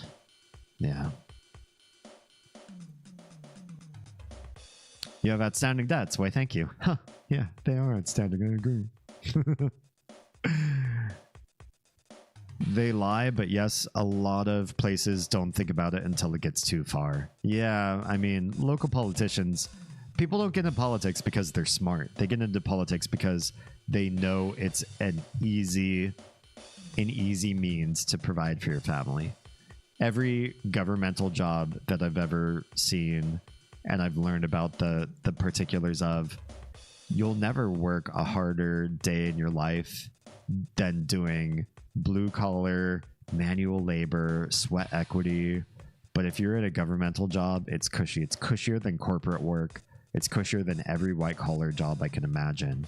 And the pensions, the way they set you up after retirement, it's beautiful. You definitely don't have enough work to fill out your whole work week either. So you also have to figure out ways to waste time and just, make it your own. Crazy. And so these are the people that are making choices for your locality as far as like how real estate works or doesn't work. They're not incentivized to make the best decisions, and they're not the smartest people. They're not the subject matter experts for things like this. People do forget that there are other costs that go into mortgages, like property tax, homeowner insurance, maintenance. True. Those things will always add up, and they will always make it harder for you to afford living in a house. But the way rents are now, at least, you will always pay more on rent. And the nice thing about maintenance is that can add some property value to some degree to the house that you're in. Tax and homeowner insurance, you can't really get back, but the amounts that you pay for those things, plus your mortgage, is probably still never going to add up to what you lose in rent. Not least of which, when you rent, you can't ever tap that money back. Whereas paying into owning a house, you build equity, you build multi-generational wealth at that point. Of course, pay off the thing that will do you the least harm. Exactly. We should do a whole stream on personal budgeting. We had a finance stream, but I don't know how well we went into creating like your own home budget. I know some budgeting content creators recently. Do all of you know who Caleb Hammer is? He's really popular, been popular on YouTube and TikTok for being really angry at people who make bad financial decisions. But he's created like a whole spreadsheet for how to generate your own personal budget, but he did all the work for you. I think it would be worthwhile to do a live stream where we go over how to build your own spreadsheet, how to build your own tracker, so you don't have to rely on somebody else's idea of what you should be doing with your budget. You can make the decisions on your own. And I think it would help people learn how to do spreadsheeting a little bit better too. We might do that at some point in the future. I think the tiny is 6. She's a sniffly mouth breather. Oh, I mean, she did just hang out with a bunch of other kids in the school, so might have been. That sucks. I hope that's not the case. They get into politics to get power and money. To some degree. I mean, localities, like if you're just in city politics, like you work for the city civic center or whatever, I wouldn't say you get like rich, but what you do get is cushy. Those jobs are cushy. And I would never imagine anybody, once they get into government, to ever do anything ever again, because it is really easy, and you just don't want to do anything else after that. You've lowered the bar for yourself. 100%. Back to the conversation about my fam. My parents are landlords. Aha. And that there's a confluence of traits that I see that works really well for them in that particular line of work. Yeah. Here in Northern Ireland, we didn't have a sitting government for years, but the lazy fucks were still getting paid. Wow. Bureaucracy is a hell of a drug. Man, I tell you, there's so many ways in which people have abused bureaucracy. I'd love to see a lot of that held to higher standards or auditing. If we only got better auditing systems in place in so many governments, not just in the US, but everywhere, I think we would shore up so much waste. I don't believe in government. I don't trust government. I'm not like a anarchist whack job or anything like that, but I also know enough people that work in governmental jobs to know not to feel like they're doing their best for us, and that there's a moralistic drive for them to excel. Bullshit. Look how much the US government goes on vacation or shuts down. The House and Senate still get paid, but all the rest of the government workers don't. Yeah, that's true.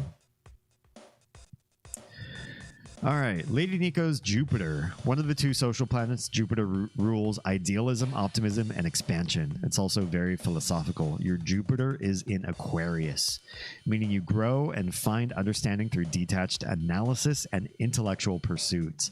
It's in your 5th house, meaning you find success through romance, self-expression, creativity, and pleasure. That all sounds pretty nice. Interesting. Your philosophical core, I guess. Saturn's the other social planet, rules responsibility, restrictions, limits, boundaries, fears, and self-discipline. Your Saturn is a Sagittarius, meaning you struggle with restlessness, self-questioning, boredom, and your bluntness. Interesting. It's not the Sag as I know. In your 3rd house, meaning you have difficulties with things you know and are familiar with. Uranus stays in each sign for 7 years, meaning it rules a generation more than a person. It rules innovation, rebellion, and progress. Your Uranus is in Sagittarius, meaning other generations are shocked by the boundaries your generation are pushing. Interesting. Along with your restlessness and criticism. It's in your 3rd house, meaning that for you, this manifests in rebelling against dated expectations. I feel like that's way broader than a 7-year gap. About the things you know and are familiar with. Huh. Interesting. I'll give you the crash course on Northern Ireland politics another time. It's a wild ride. Sketchy, do you believe that in your lifetime, Northern Ireland will reunite with the rest of the island? Just curious. Losin, that zombie must have resorted to poker to pass the time. Maybe I should get these guys to finish this fight. Let's take a look at what's under Uranus. See what I did there. We just absolutely critted on this guy. I think we'll actually win this fight. Hey, nice. We'll move to this screen. It's at least a... I don't know. It's not the fight music, so I feel like it's a little bit... I have nothing to heal with. I'm in so much trouble. I need to probably go back down and heal. I know a place where I can heal. I'll take care of that. I know I did all that with the star signs up. I apologize. But the fight was really not that interesting. Trust me. Neptune stays in each sign for around 14 years, meaning it rules a generation more than a person, rules dreams, imagination, and the unconscious. Your Neptune is in Capricorn, meaning your entire generation finds inspiration through hard work, responsibility, seriousness, and ambition. It's in your 4th house, meaning that for you, this manifests in your ideal, verging on unrealistic and impractical about the home and family. Interesting. And Pluto stays in each sign for up to 30 years. What the hell? Meaning it rules a generation for more than a person. It rules power, intensity, obsession, and control. Your Pluto is in Scorpio, meaning your generation's psyche is comparatively passionate, intense, serious, private, self-obsessed, and perceptive. That's a lot. It's in your 2nd house, meaning you personally are transforming outdated relationships to money, material possessions, and security. That seems like a bold claim, and from what I know of you, that one seems like the farther down this list we went, the less impactful this was about like you specifically. It just got like it got weird.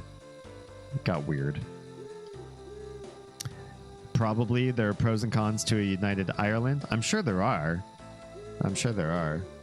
I mean, divorcing from the UK is nothing to just sneeze at. But there's also pros and cons to keeping Northern Ireland in the UK. I believe so too. Yeah, I'm not really sure what a lot of that means. From like the last 3 entries, it started to get kind of weird. Let us pull up Oz's here. Oz is really a different sort of graph, isn't it? We made sort of a trapezoid sort of thing here with a bisection here. Interesting. Okay, so for Oz, the sun is in Scorpio. Sun determines your ego, identity, and role in life. Your sun is in Scorpio, meaning you have a fundamental urge to get to the bottom of things, which can at times lead you to be manipulative or power hungry. That doesn't sound like Oz. But it comes down to an intense passion for authenticity, real intimacy, and the truth. It's in your 7th house, meaning you feel the need to distinguish yourself from others through close relationships and long-term partnerships. That doesn't sound different from a lot of humanity. Intense passion for authenticity. Who's going to say, no, that's not me, I like inauthentic? Or real intimacy. No, that's okay, I don't like to know people. And the truth. No, I like to be lied to. Some of these things, when I read about them in horoscopes, it's like, no shit, like everybody's going to feel this way. You could be a Pisces or a Virgo or Leo or whatever. It doesn't matter. Some of these things just seem too wide swath to me.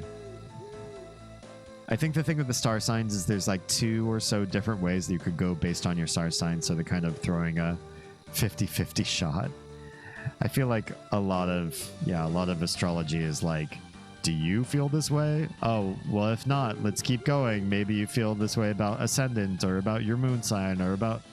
They'll keep throwing stuff at you until you agree. Your ascendant is the mask. You come across as highly attuned to practical and material matters, especially pleasure and hedonism. But that same materiality gives people the impression that you are reliable, settled, sensible, and deliberate. Why? Why does materiality mean those things? Though sometimes stubborn. That seems weird to me. Moon is emotion, moods, and feelings. Your emotional self is dramatic, proud, expressive, idealistic, and somewhat self-centered. You need a lot of love, care, and validation from other people. It's in your 4th house, meaning you find security and safety through your home and family. Who doesn't? Who doesn't find security and safety through home and family?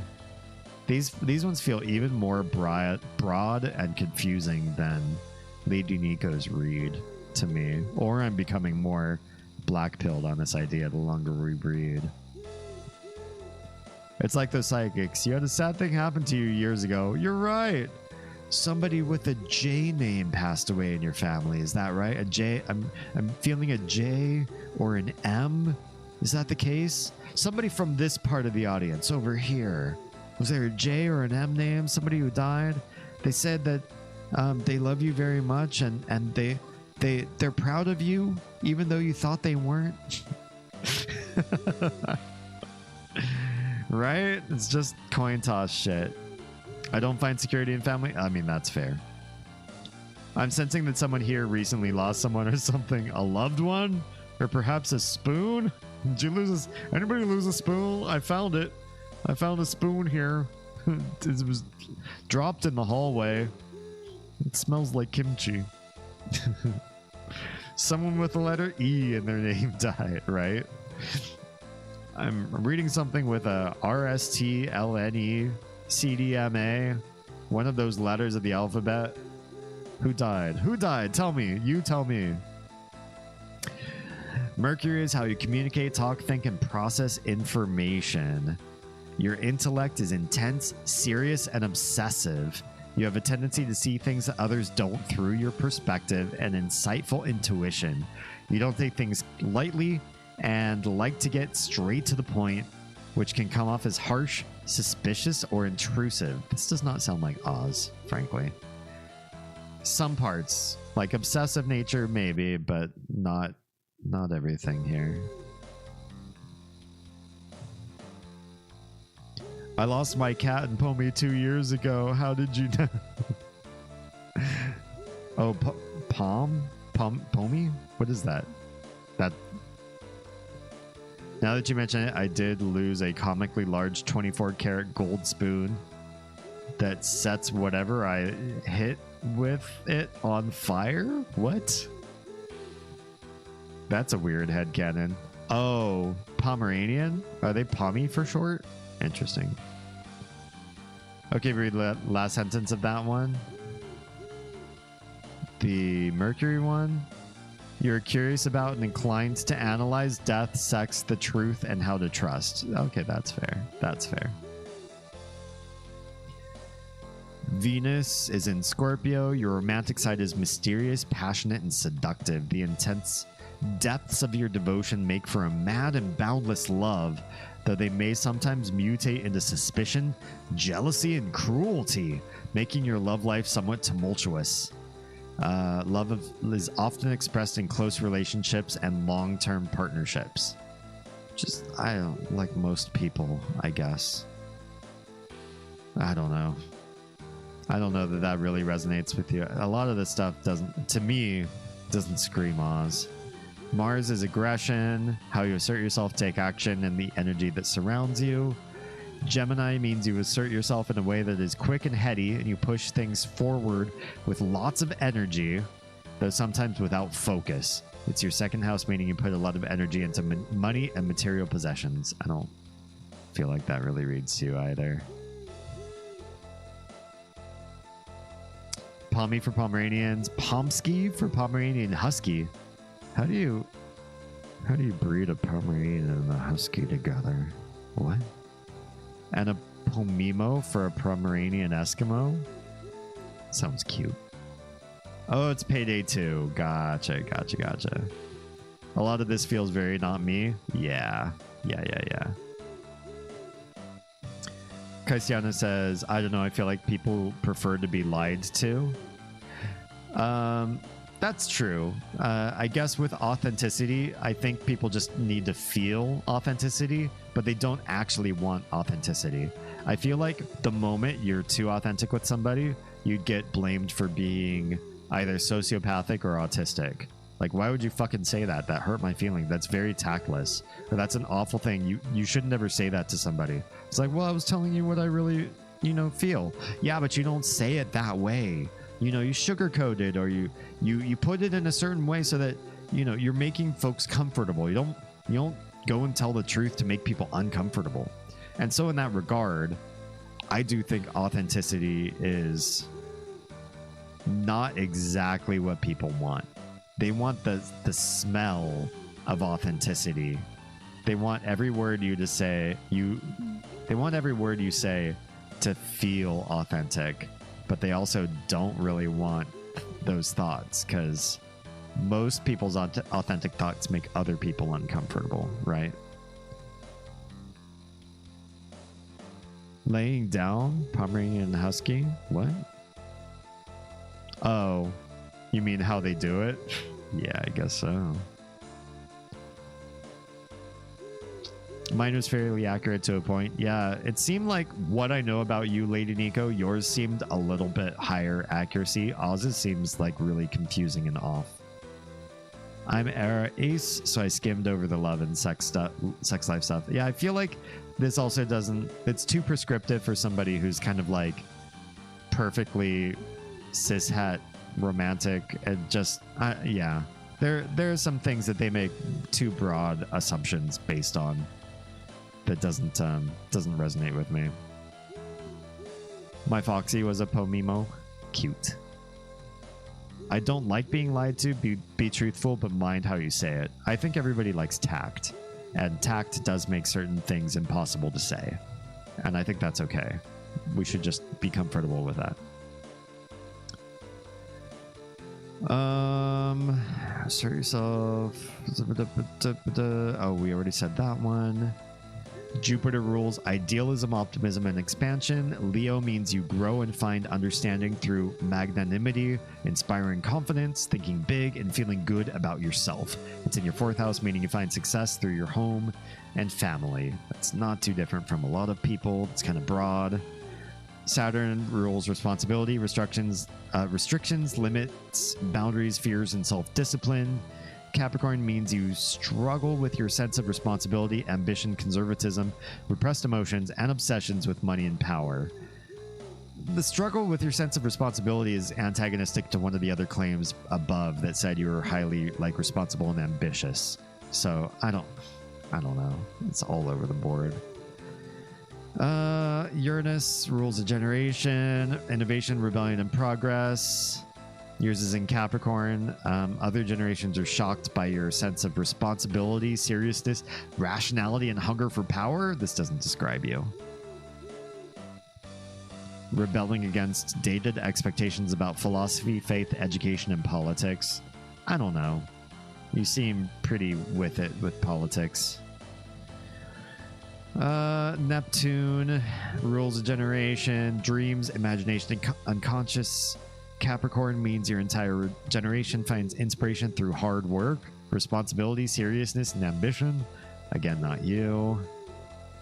Pluto, power, intensity, obsession, and control.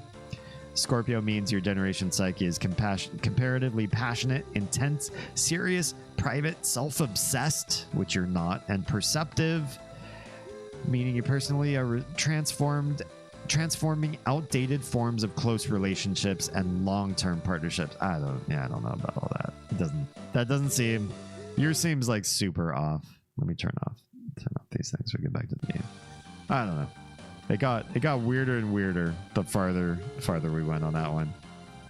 The more houses and layers one of these sites talk about, the less accurate they tend to be. Yeah, I feel like the further you scroll down on both of those, it just started to get weirder and more like, I'm going to paint a broad swath of ideas. You let me know if you feel one of these things. They might be slightly contradictory with each other, but that's okay. Yeah, we can't heal. I feel nervous about continuing here unless we can go do a quick heal. I know there's a nut. Can we just get the nut? There's a hot spring over here is what I think I remember. Hot spring? Oh, maybe not. Is there a way to heal in here? Maybe with this special place? No? Let's take a look at the map. Where's the... Oh, the hot spring's up and to the left. I think we can get there without having to get into another fight. And we can heal before we go further. Those zombies kind of kicked my ass. Although this is kind of weird music here. It makes me nervous. Why? No, not a bat. Oh, I think bats are okay. Should be able to kill a bat. Easy, right? Shit. He did 7 damage. That's not very good. The biggest one are your sun and moon sign or something, I think. I definitely see more in the higher parts of those reports than the lower. Heal and save, isn't that the hoping hot spring you healed the Doge at? I'm going towards a hot spring. Yeah, this way. There's only one fight along the way. That's not bad. It's not bad. Ascendant, sun, and moon. Oh, yeah. Sun, moon, and rising. Right. There we go. We should be good, right? Hey, Flog. Let's save.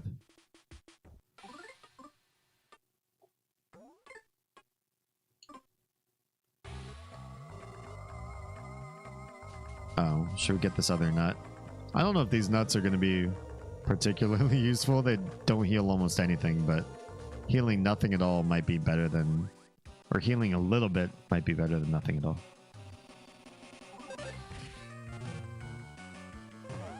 We did a two-hit attack and that bat didn't die in one hit. Wow. Oh, more nuts. My nuts. Don't forget my nuts.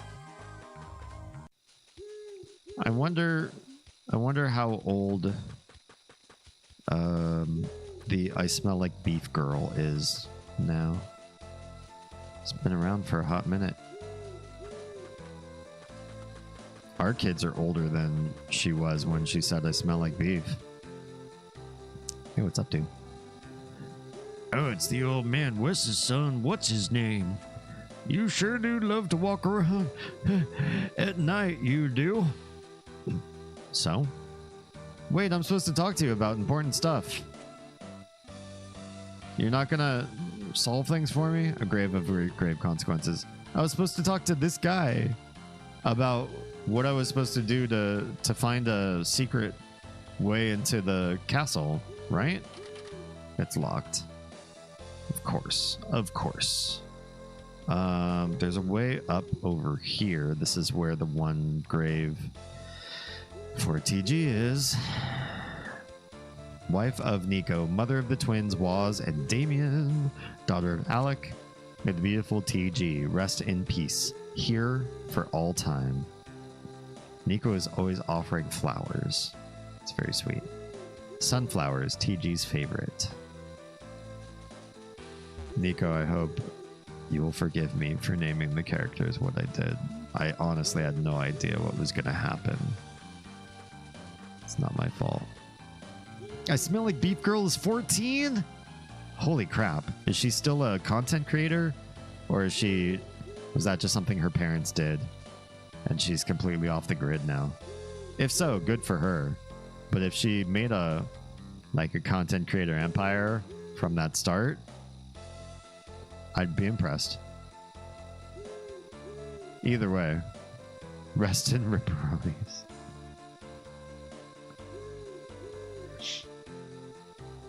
That sounds like such a streamer thing to say. Okay, I did all the looking up there. It doesn't look like I can get across that way. This guy's not going to talk to me? They said go to Nippolite or whatever his name is to figure out the way through, right? So where's the secret way through, Gravedigger?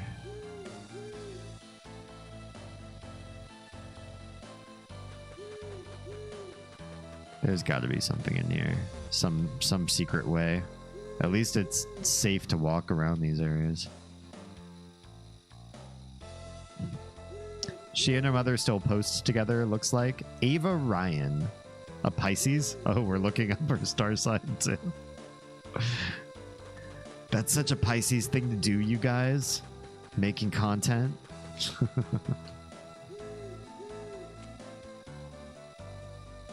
Is this guy just mad because I'm here at night? How do I make it daytime? I don't think this guy would. You're supposed to help me find a way to dig my way through. That was the story, right? I'm not just misremembering this. A handcart, also referred to as a wheelbarrow. Thank you. True connoisseurs know that this is the ultimate shovel of the highest quality. Can I take it? I am a thief, aren't I?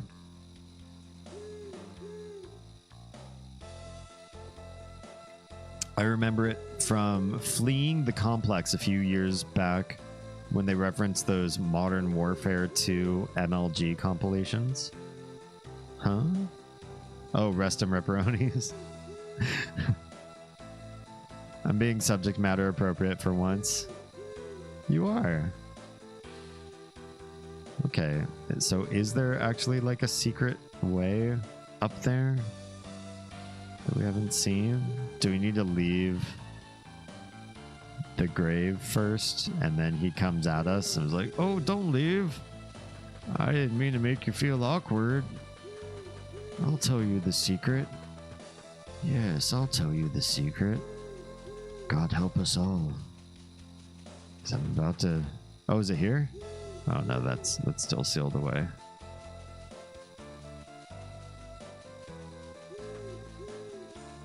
This guy. Fucking creepy.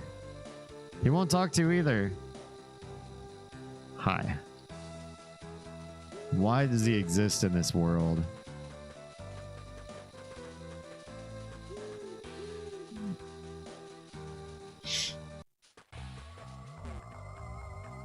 Alright. Let's go fight this bat again, I guess. I guess we'll just try to go past it. If the game doesn't want us to go this way, it will probably stop us. Honestly. Isn't he in Little Nightmares? Wait, who are we talking about? Ooh, nut bread. I don't think I've seen Little Nightmares. Let's save. Chapter 2. Let's look at the... So, it just says go here. But maybe there's a way there from one of these screens, because it looks like we could go to the right and make it happen. Maybe. Can we go in here? Oh, hey, what's up, dude? Ever since that fire the other day, this forest has gone to shambles. Oh, okay. What's in your chest here? There are a lot of antidotes. Take one? Yes. Thanks for the free antidote. Can I sleep in your bed? Can I rummage through your things? No. Oh, the long arm and leg dude? Just kind of looks like Slender Man to me. I don't know Little Nightmares. Long man. Whoa. Hi. Oh, fighting two bats.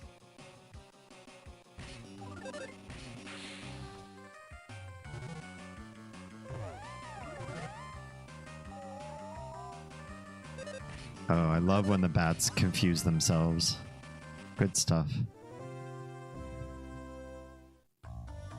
Get another nut, because why not? There are ants at your feet. You might accidentally step on them, so please don't continue that direction. Okay, so that's not the way. Von Diva! Von Diva the Rebel just subscribed. We're just at Hi, the end. Damien. Nice, very lovely to see you again. Less than 3. Less than 3. Thank you for that text-to-speech anomaly. We're just about to quit stream, but it's good to see you. Thanks for joining. Thank you so much for the sub.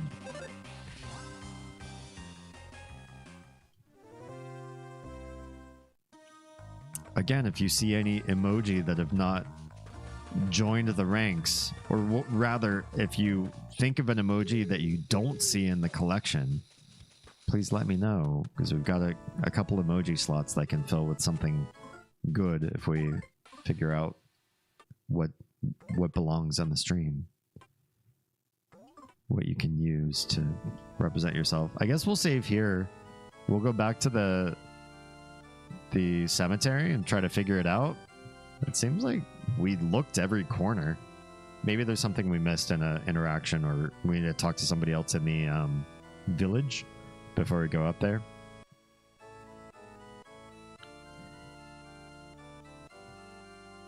Nice very less than 3. Sketchy, I literally just saved. I did it. I did the thing I promised you I saved, right? You were there. We all saw it happen. You need an explosion emoji? Could you be more specific? What do you mean by explosion?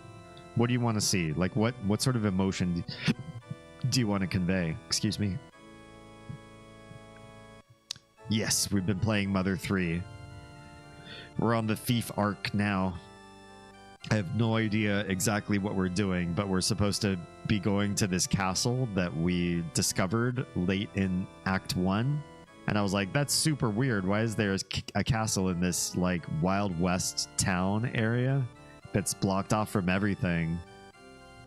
It just feels very non sequitur and doesn't fit in the game at all from what we've learned of the game so far. But here we are. And so this guy's trying to get in. We just haven't figured out how to do it yet. But that'll probably have to wait till next stream because basically time for me to go pass out. More specific, emoji go boom. I mean, like, what do you want to say to people with an explosion? Like, it can just do like a fiery pyrotechnic burst. But like, why? Or do you want like something to explode specifically? Or do you want like the threat of something, like a TNT stick slowly burning down and finally bursting? It's like one word specific? No, you could make a whole headcanon out of it and say what you want to say. I remembered tonight to actually say goodnight before I got cut off. Instagram streams end at 4 hours whether I like it or not, and we're about 1 minute until that stream ends.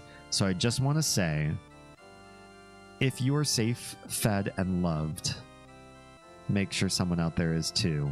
Instagram, we're saying goodnight to you before all the other streams. It's not your fault.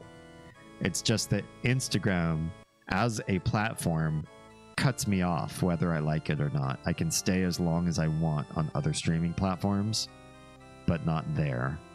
So I'm saying goodnight to you now, and I look forward to seeing you again tomorrow for multiplayer gaming. So bye until then. Love your faces. Okay. Clicking away from the Instagram feed to say goodnight to those people. Because we have to. Because they force my arm. And so far, in the last 2 weeks that we've been streaming to Instagram, I have a success rate of saying goodnight to them of like 5%.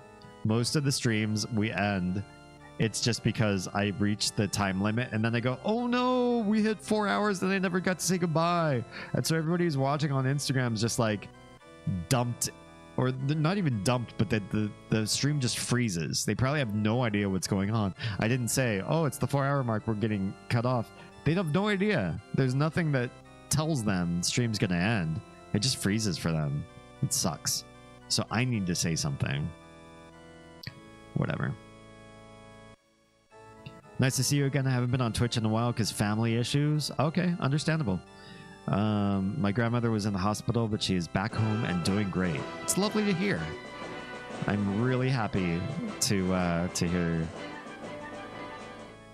It's always scary when somebody has to, especially somebody on the older side, has to go in for some sort of care that you just don't always know how it's going to turn out, but it sounds like everything went great. The point of it is usable in multiple scenarios instead of being something for a specific situation. I would like to have more emoji that you would use in like other people's channels, just to incentivize that, like, not only do you sub for support of me, but you also sub so that you get something that's translatably interesting for you to place other places. A lot of my emoji I get are very endemic to our culture and what we've built here, and not so much you would use it on other people's streams. I'm willing to put some of the emoji slots to use in a way that you'd be like, oh, I just want to sub to D. Stop kissing everything. Ow! Kiss anything. Hello, hello.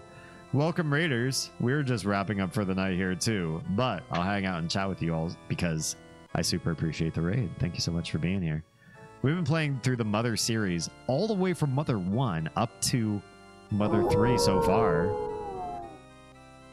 Twisted Silver, thank you for joining my family of fledglings. Welcome on in. Yeah, we're in Act 2 now of this game. I gotta tell you, this series is crazy, zany, silly, and most recently in this particular installation, Mother 3, it's very tragic. I don't want to say too much if you don't know the game, but if you do, you know. It's been twisting a dagger in my kidneys. It's sad. It is a sad game. For a cute, pixely Super Nintendo looking game. This one hurts to play already. Very little has happened. And I feel sad already. Eliana, thank you also for joining my family of fledglings. What were we streaming tonight? What were we up to? Hi and welcome. Also, if anybody needs to take a break, do some self-care, de-stream, whatever needs to happen, by all means. Thank you for being here. Thank you for joining. Thank you for putting ill trust in me with your community, because I will probably... What's wrong, Doug? Self-care. Another thing. I'm right as the mail. I will probably prove that you sent them to the wrong person. I'm just kidding. We have a good time here. Damien Halme here, variety streamer, disruptor of the status quo, breaker of mindsets, and yeah, general reprogrammer and de-radicalizer of the status quo. So we get very heady. We're very cerebral folk in this chat, and while games happen, I think our deep chats end up taking over the majority of streams and become the vast majority of content here. Dimension Eliana just subscribed. Wow. Thank you very much, Sam. Appreciate that gift sub for Eliana. Super appreciate you. Welcome on in. So, yeah, let's see. Let's catch up with chat when everybody was reading on in. So the explosion would be on Twitch, moments of things going explodey. Could be a tech issue or an angry lady Nico moment or any number of things. Okay, so like I can see it being an explodey emoji. Maybe an animated one would be really handy. I've thought back and thought I should have asked Mary for it, but I think I'll go for a wink one next. Okay, that could be fun.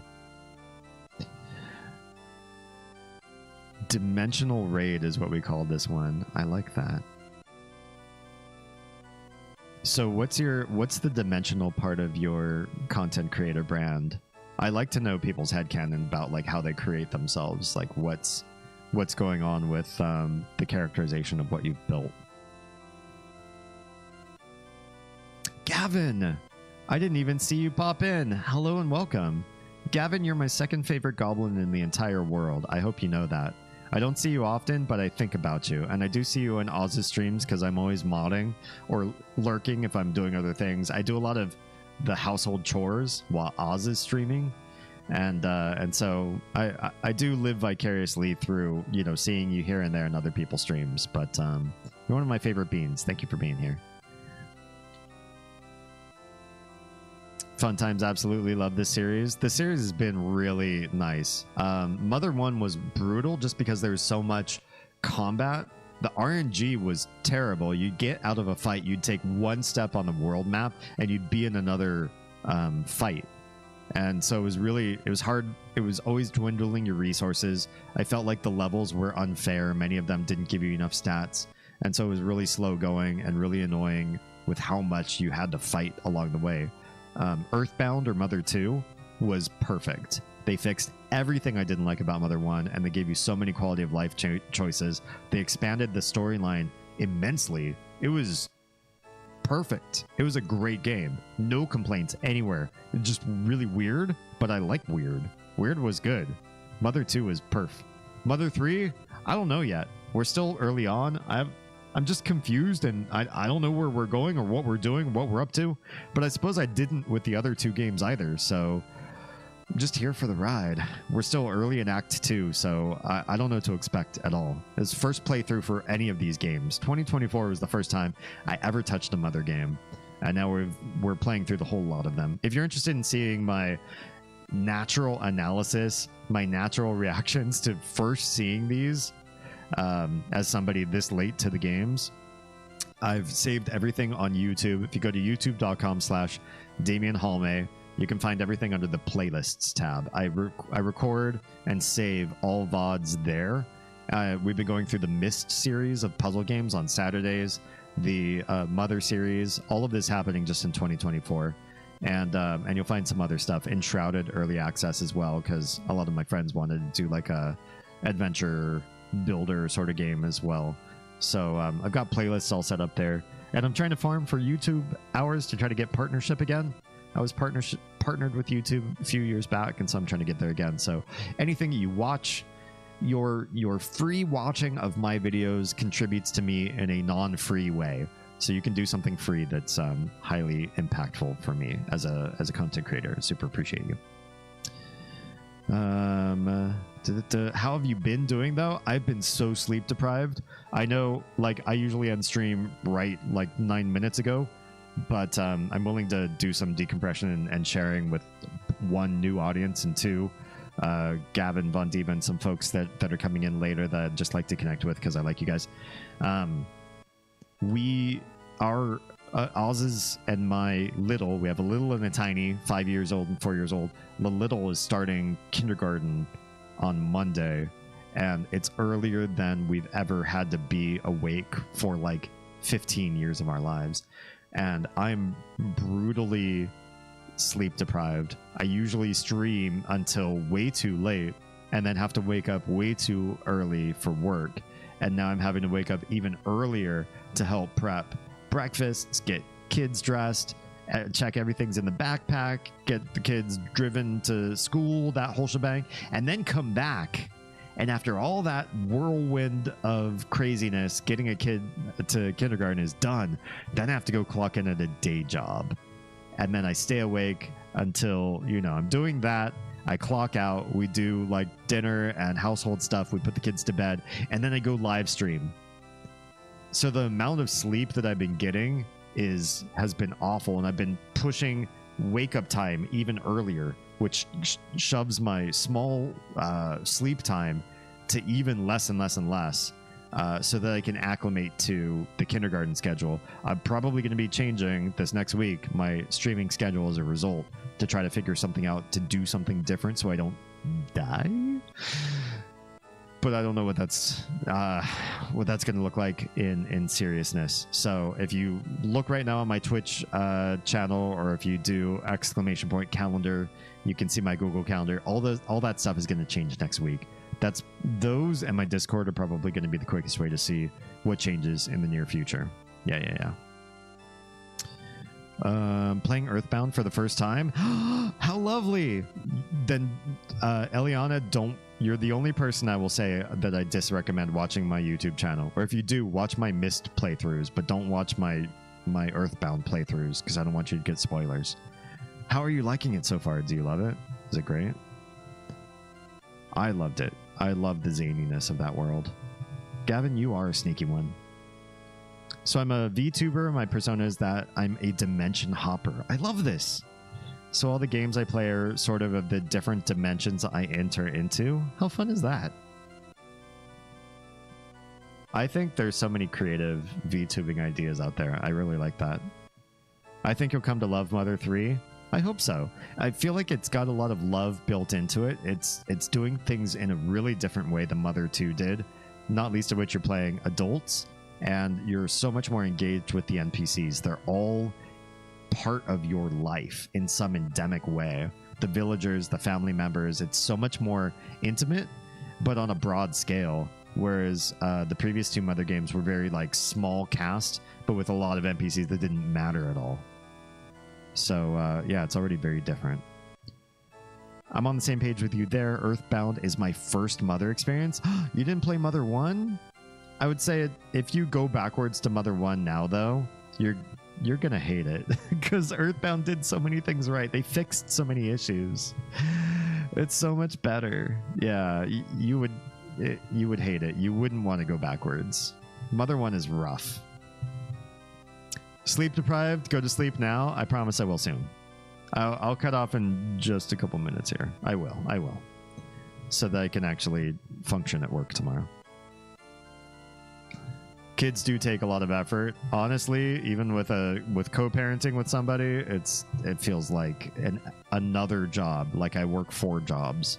I already work 3 jobs. Actually, I literally work 3 jobs. And raising kids this young feels like a 4th job. Jam, thank you. Thank you for being here. You thank me for the stream. I thank you for the stream. I thank you for your part of the stream. Sounds good. I keep that in mind. It's been a fun time. I'm currently in Fourside. Oh, cool. You're deep in it. Beat a creature that kidnapped the girl companion. I named her Bois as a Twitch channel joke because that's what I say when I start streaming. Let's do a shout out for Eliana here. I'm gonna, if I can type, geez, I'm so streamer brained at this hour. Let's do a clip show, shall we? Nighttime, trying to take the... I didn't want the horse to have to go through the mountains. Otherwise, I would have. But then also, I feel like I have to take the horse back to the stable after, so... I need to play this game. It'll be right here. Yep, there it is. Right up I know I'm ahead. behind the Excuse times. me. Thank you. No, thank you. That's a very cute VTuber model, right?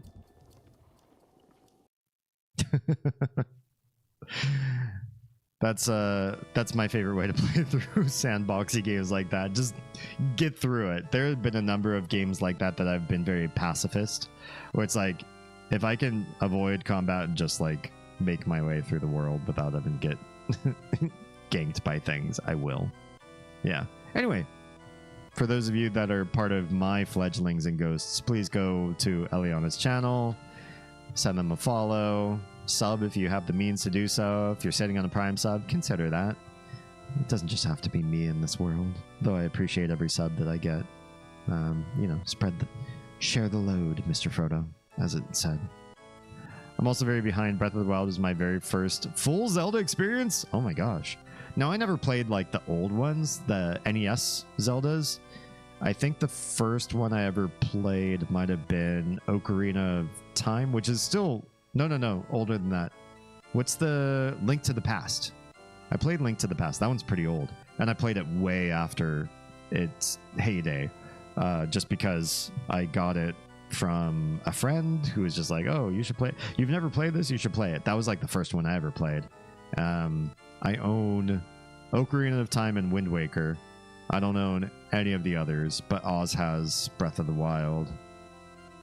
I'm way behind in that world. I hear like the Zelda games are absolutely great and everybody seems to love them. I've never heard bad criticism about a single Zelda game, so I might have to give them a shot. Maybe on stream. Although right now Oz is streaming them. For those of you that don't know, the streamer of Oz is starting with the 1986 Legend of Zelda, the very, very first one for the Famicom. And she is going to be ostensibly playing, I guess, all of them if she can. Every single one. I think these are all Monday streams. I don't stream on Monday, but the stream, it's twitch.tv/the streamer of Oz. And I am editing her VODs and putting them up on a YouTube channel for her. She usually doesn't, what's the word I'm looking for? She doesn't archive her VODs usually, so when they disappear from Twitch, they're gone forever. But we talked about it, and I thought, why not do a little bit of editing and get them up someplace where they will be permanent? So youtube.com/ she's newer than I am to YouTube, so she has to have the @ sign. youtube.com/ @the streamer of Oz to see the playthrough of the original Legend of Zelda. I don't have an @ sign because I'm a YouTube elder. So you can, I think you can type @DamienHalme or no @ sign, and both ways you'll get my channel. That's how ancient of a person I am. I've dabbled in Phantom Hourglass and Twilight Princess. Oh yeah, I've played some Twilight Princess. I lied. I played that one too. I never beat it, but I played it. Never finished them. I need to play Ocarina of Time. It's been heavily recommended to me. I wasn't a huge gamer until I started streaming, with a couple exceptions like Pokemon. So a lot of games I play on stream are my first experience. Same. So a couple years ago, I bought on sale a game that just looked like it was funny, kitsch, cartoony. It was on Good Old Games, and it was a puzzle game. I've never really been a big like puzzle gamer. Point and click, sort of combining items and solving things and heavy story driven sort of puzzles. And I played that, and suddenly this community on Twitch came out of the woodwork and started buying me puzzle games, encouraging me to do other games, starting me on whole franchises of puzzle games. We played through the King's Quests, the Monkey Islands, the Myst series we're going through right now. We've just done so much in that realm, and I was never that sort of person. Twitch/YouTube, these have like made me expand past my own normal proclivities. But the nice thing is about streaming to a live audience is they at least help and support you, sometimes with subtle hints. Sometimes your hints are a little bit too spicy and get me too far in the game because you tell me exactly what to do. Don't tell me exactly what to do. But when you're polite about the hinting, it's nice. It gets me through games that I would otherwise be probably pretty bad at without your support. Yeah. Oh my god, did I ask you how you enjoyed the ending of Earthbound? It was very sweet. I don't want to say too much because Eliana is playing through it for the first time, so I don't want to spoil anything, but anything specifically. But it's very heartfelt. Like I was emotional. I wasn't crying on stream or anything. I wasn't like intense, but it was really well done. It was epic. Yeah, that's about all I will say to keep it spoiler free. Great entry into the series, a good one to start on too. Ocarina of Time. Question for you at the beginning as you exited the cave in the scene where the world stretches out in front of you, did your eyes do one of these? Interesting. If you like puzzle games, Unpacking is very chill and tells a really interesting story. Unpacking? I don't think I've ever heard of that one. Gentle backseating has helped me out a ton. Yeah, if it wasn't for backseating, I think I would get so frustrated just because I'm not naturally a puzzle gamer. I like to think of myself as smart and cerebral. A lot of the streams that we do here are very chat heavy, and we talk about a lot of hot topics or deep dives. So we do research, we do politics. Nothing's off limits. There's no topic too spicy within TOS and being polite and, you know, kind to one another. But when it comes to other things, I don't feel so cerebral. When I play puzzle games, I feel dumber, or like this is an area where my brain is dumb. But backseating helps. I will have to check out Unpacking. Relatable as fuck. It gets me every time. Oh yeah. Cristiano says, you play video games? I do, as it turns out. Rarely, but I've played video games in the past. A lot of the games I end up playing on stream have been PC games, but with the Mother series, those are all video games. For those of you that are keenly aware of this, if you've come in on the raid and you just don't know that this happens on streams, you might see different icons happening in chat. We do live stream across 4 different platforms on this particular server. I'm not a gimmicky streamer. I don't do like 5 different camera angles, or like if you raid or sub to me, I do like a crazy dance or anything like that. Again, we're sort of like high mental space sort of thing, but we do stream everywhere. So every night that I stream, which will be changing next week, so I'm not going to say what days I stream, it's going to change. I'll post it online. But we stream on YouTube, on Twitch, on Kick, and on Instagram, live across 4 channels all at the same time. If you're a streamer and you want to expand your audience and you don't know how to multi-stream, ask me how. I'm a forerunner in the multi-streaming space, and so I feel like I have learned a lot and could impart that and pay it forward to everybody else who's interested in doing that as well. For me, it's been very helpful for games like Earthbound, where there's very little guidance, or games like Portal, where I'm not sure how to do a puzzle after long enough. Yeah, I like games like Portal. They're fun to struggle through for a while, but if you start looping, and I've felt this way in a couple games, some of my early games when I was first starting out as a live streamer, I felt like like, okay, I've seen the same 5 or 6 rooms a dozen times. I'm looking at the same stuff. I'm scouring the walls. I'm clicking on stuff that doesn't click. I'm trying everything, you know, and at that point, it's not fun for me. It's not fun to watch because you're all seeing the same stuff over and over again. At some point, gentle hinting really helps, and it keeps the show going, right? You know, it's cerebral having to figure out quantum science so you can write for a science officer in a space exploration story. To be honest, Gavin, I too have done some writing. I'm working on a fantasy novel series that, if I ever get enough spare time, will actually see the light of day. Once you start writing well past your own knowledge base, or it's in your knowledge base but you're not quite sure if people start fact checking you, if you've got things right, then you go into research mode, right? It's amazing how much stuff you learn just because you're trying to write in a certain characterization, a certain profession. You need to make something happen to make the world go forward or the story to go forward, and you don't want to be picked apart. If it should ever happen to be published or ever happen to be spread worldwide in some capacity, the last thing that you want is for them to say, yeah, you know what? You had this science officer, and it's so stupid. They use this weird pseudoscience. Oh, it's so lame. It was such a detraction from the rest of the story. And you're like, damn it. I could have just spent some time and learned some quantum mechanics to make this happen. I don't know. But I get that. I get that. Portal, the cake is a lie. It's true. It is a lie. Wait, is that the truth? Maybe I'm lying that the cake is a lie.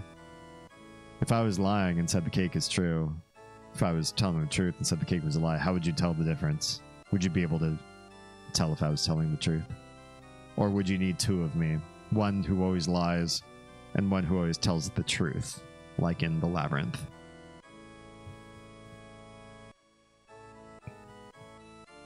I'd like to take a look. I love world building. So I'm considering, this is not a money grab. It's just, I need a place to place things. And I hope that this works out, that people can afford. I'll try to keep the monetary side of things low. But I think Patreon is a good place to put like world building, business discussions, things that are more like planning, rough sketches, drafts, stuff like that. I feel like that's a place.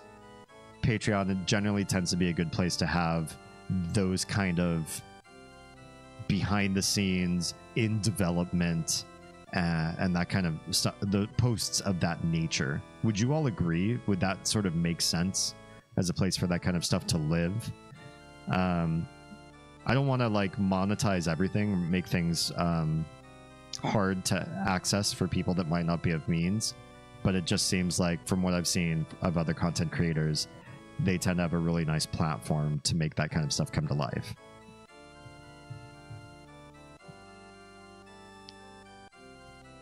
Anyway, guys, start winding down for the night. Me too. Me too. Thank you for raiding in. I'm sorry that I'm taking your whole audience that you trusted me with and then going to raid somebody else. But you did encourage me to stay longer to chat with you all. It's been lovely meeting you and connecting. So thank you for that.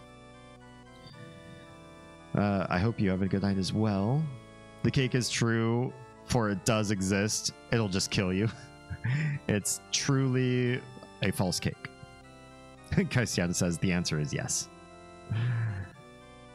For a bit, I kept getting the Portal reference with cake mixed up with a cake. Cake or Death by Eddie Izzard. That led to some odd conversations. I mean, they're of a vein, right? I think they're relatable to each other. All right. So we're going to go ahead and say goodnight to those on YouTube and Kick, because I don't have anything to do with you at the end of a stream, whereas Twitch, I do get to send you all to a raid. So if you're watching on Twitch, hang tight. We're going to raid out to another community, even though we were just raided into. I appreciate your faces. Thank you for that. Feel free to follow, sub, find my YouTube channel, sub there. Sub there is obviously an unpaid thing. Twitch sub means paid, YouTube sub just means follow. If you happen to find your way to kick.com, please send me a follow there as well. I am farming for followers. And Instagram, Discord, you can just find all this stuff. If you just want to cyberstalk me the easy way, just go to damienholme.com. I've got a link tree somewhere there in the links that you can find everything that you need to find for me. Number one thing for 2024 is just watching my YouTube videos to get me watch hours. I don't need your views, I don't need your followship, but I need the watch hours. It seems weird to say don't follow me when so many YouTubers say, oh, click, like on this video, subscribe, turn the notification bell on. I don't care about any of this stuff. Just watch. Just leave a browser tab open with lots of hours and hours of my videos. There's playlists where you could just keep watching and watching as long as you have a browser tab dedicated to this very task. All right. YouTube, Kick, love your faces. I will see you again tomorrow for some multiplayer madness. Probably Once Human again. We delved into it last week. We had a lot of fun, but I feel like we didn't see nearly enough to make judgments on the game. It is just a brand new, newly released game. So we want to give it another shot and see how we do tomorrow night. So join me for that. And until then, I'll catch you then. If you're safe, fed, and loved, make sure someone out there is too, please. On Twitch, hang on. We'll go ahead and raid somebody else. All right, bye, YouTube, and to Kick.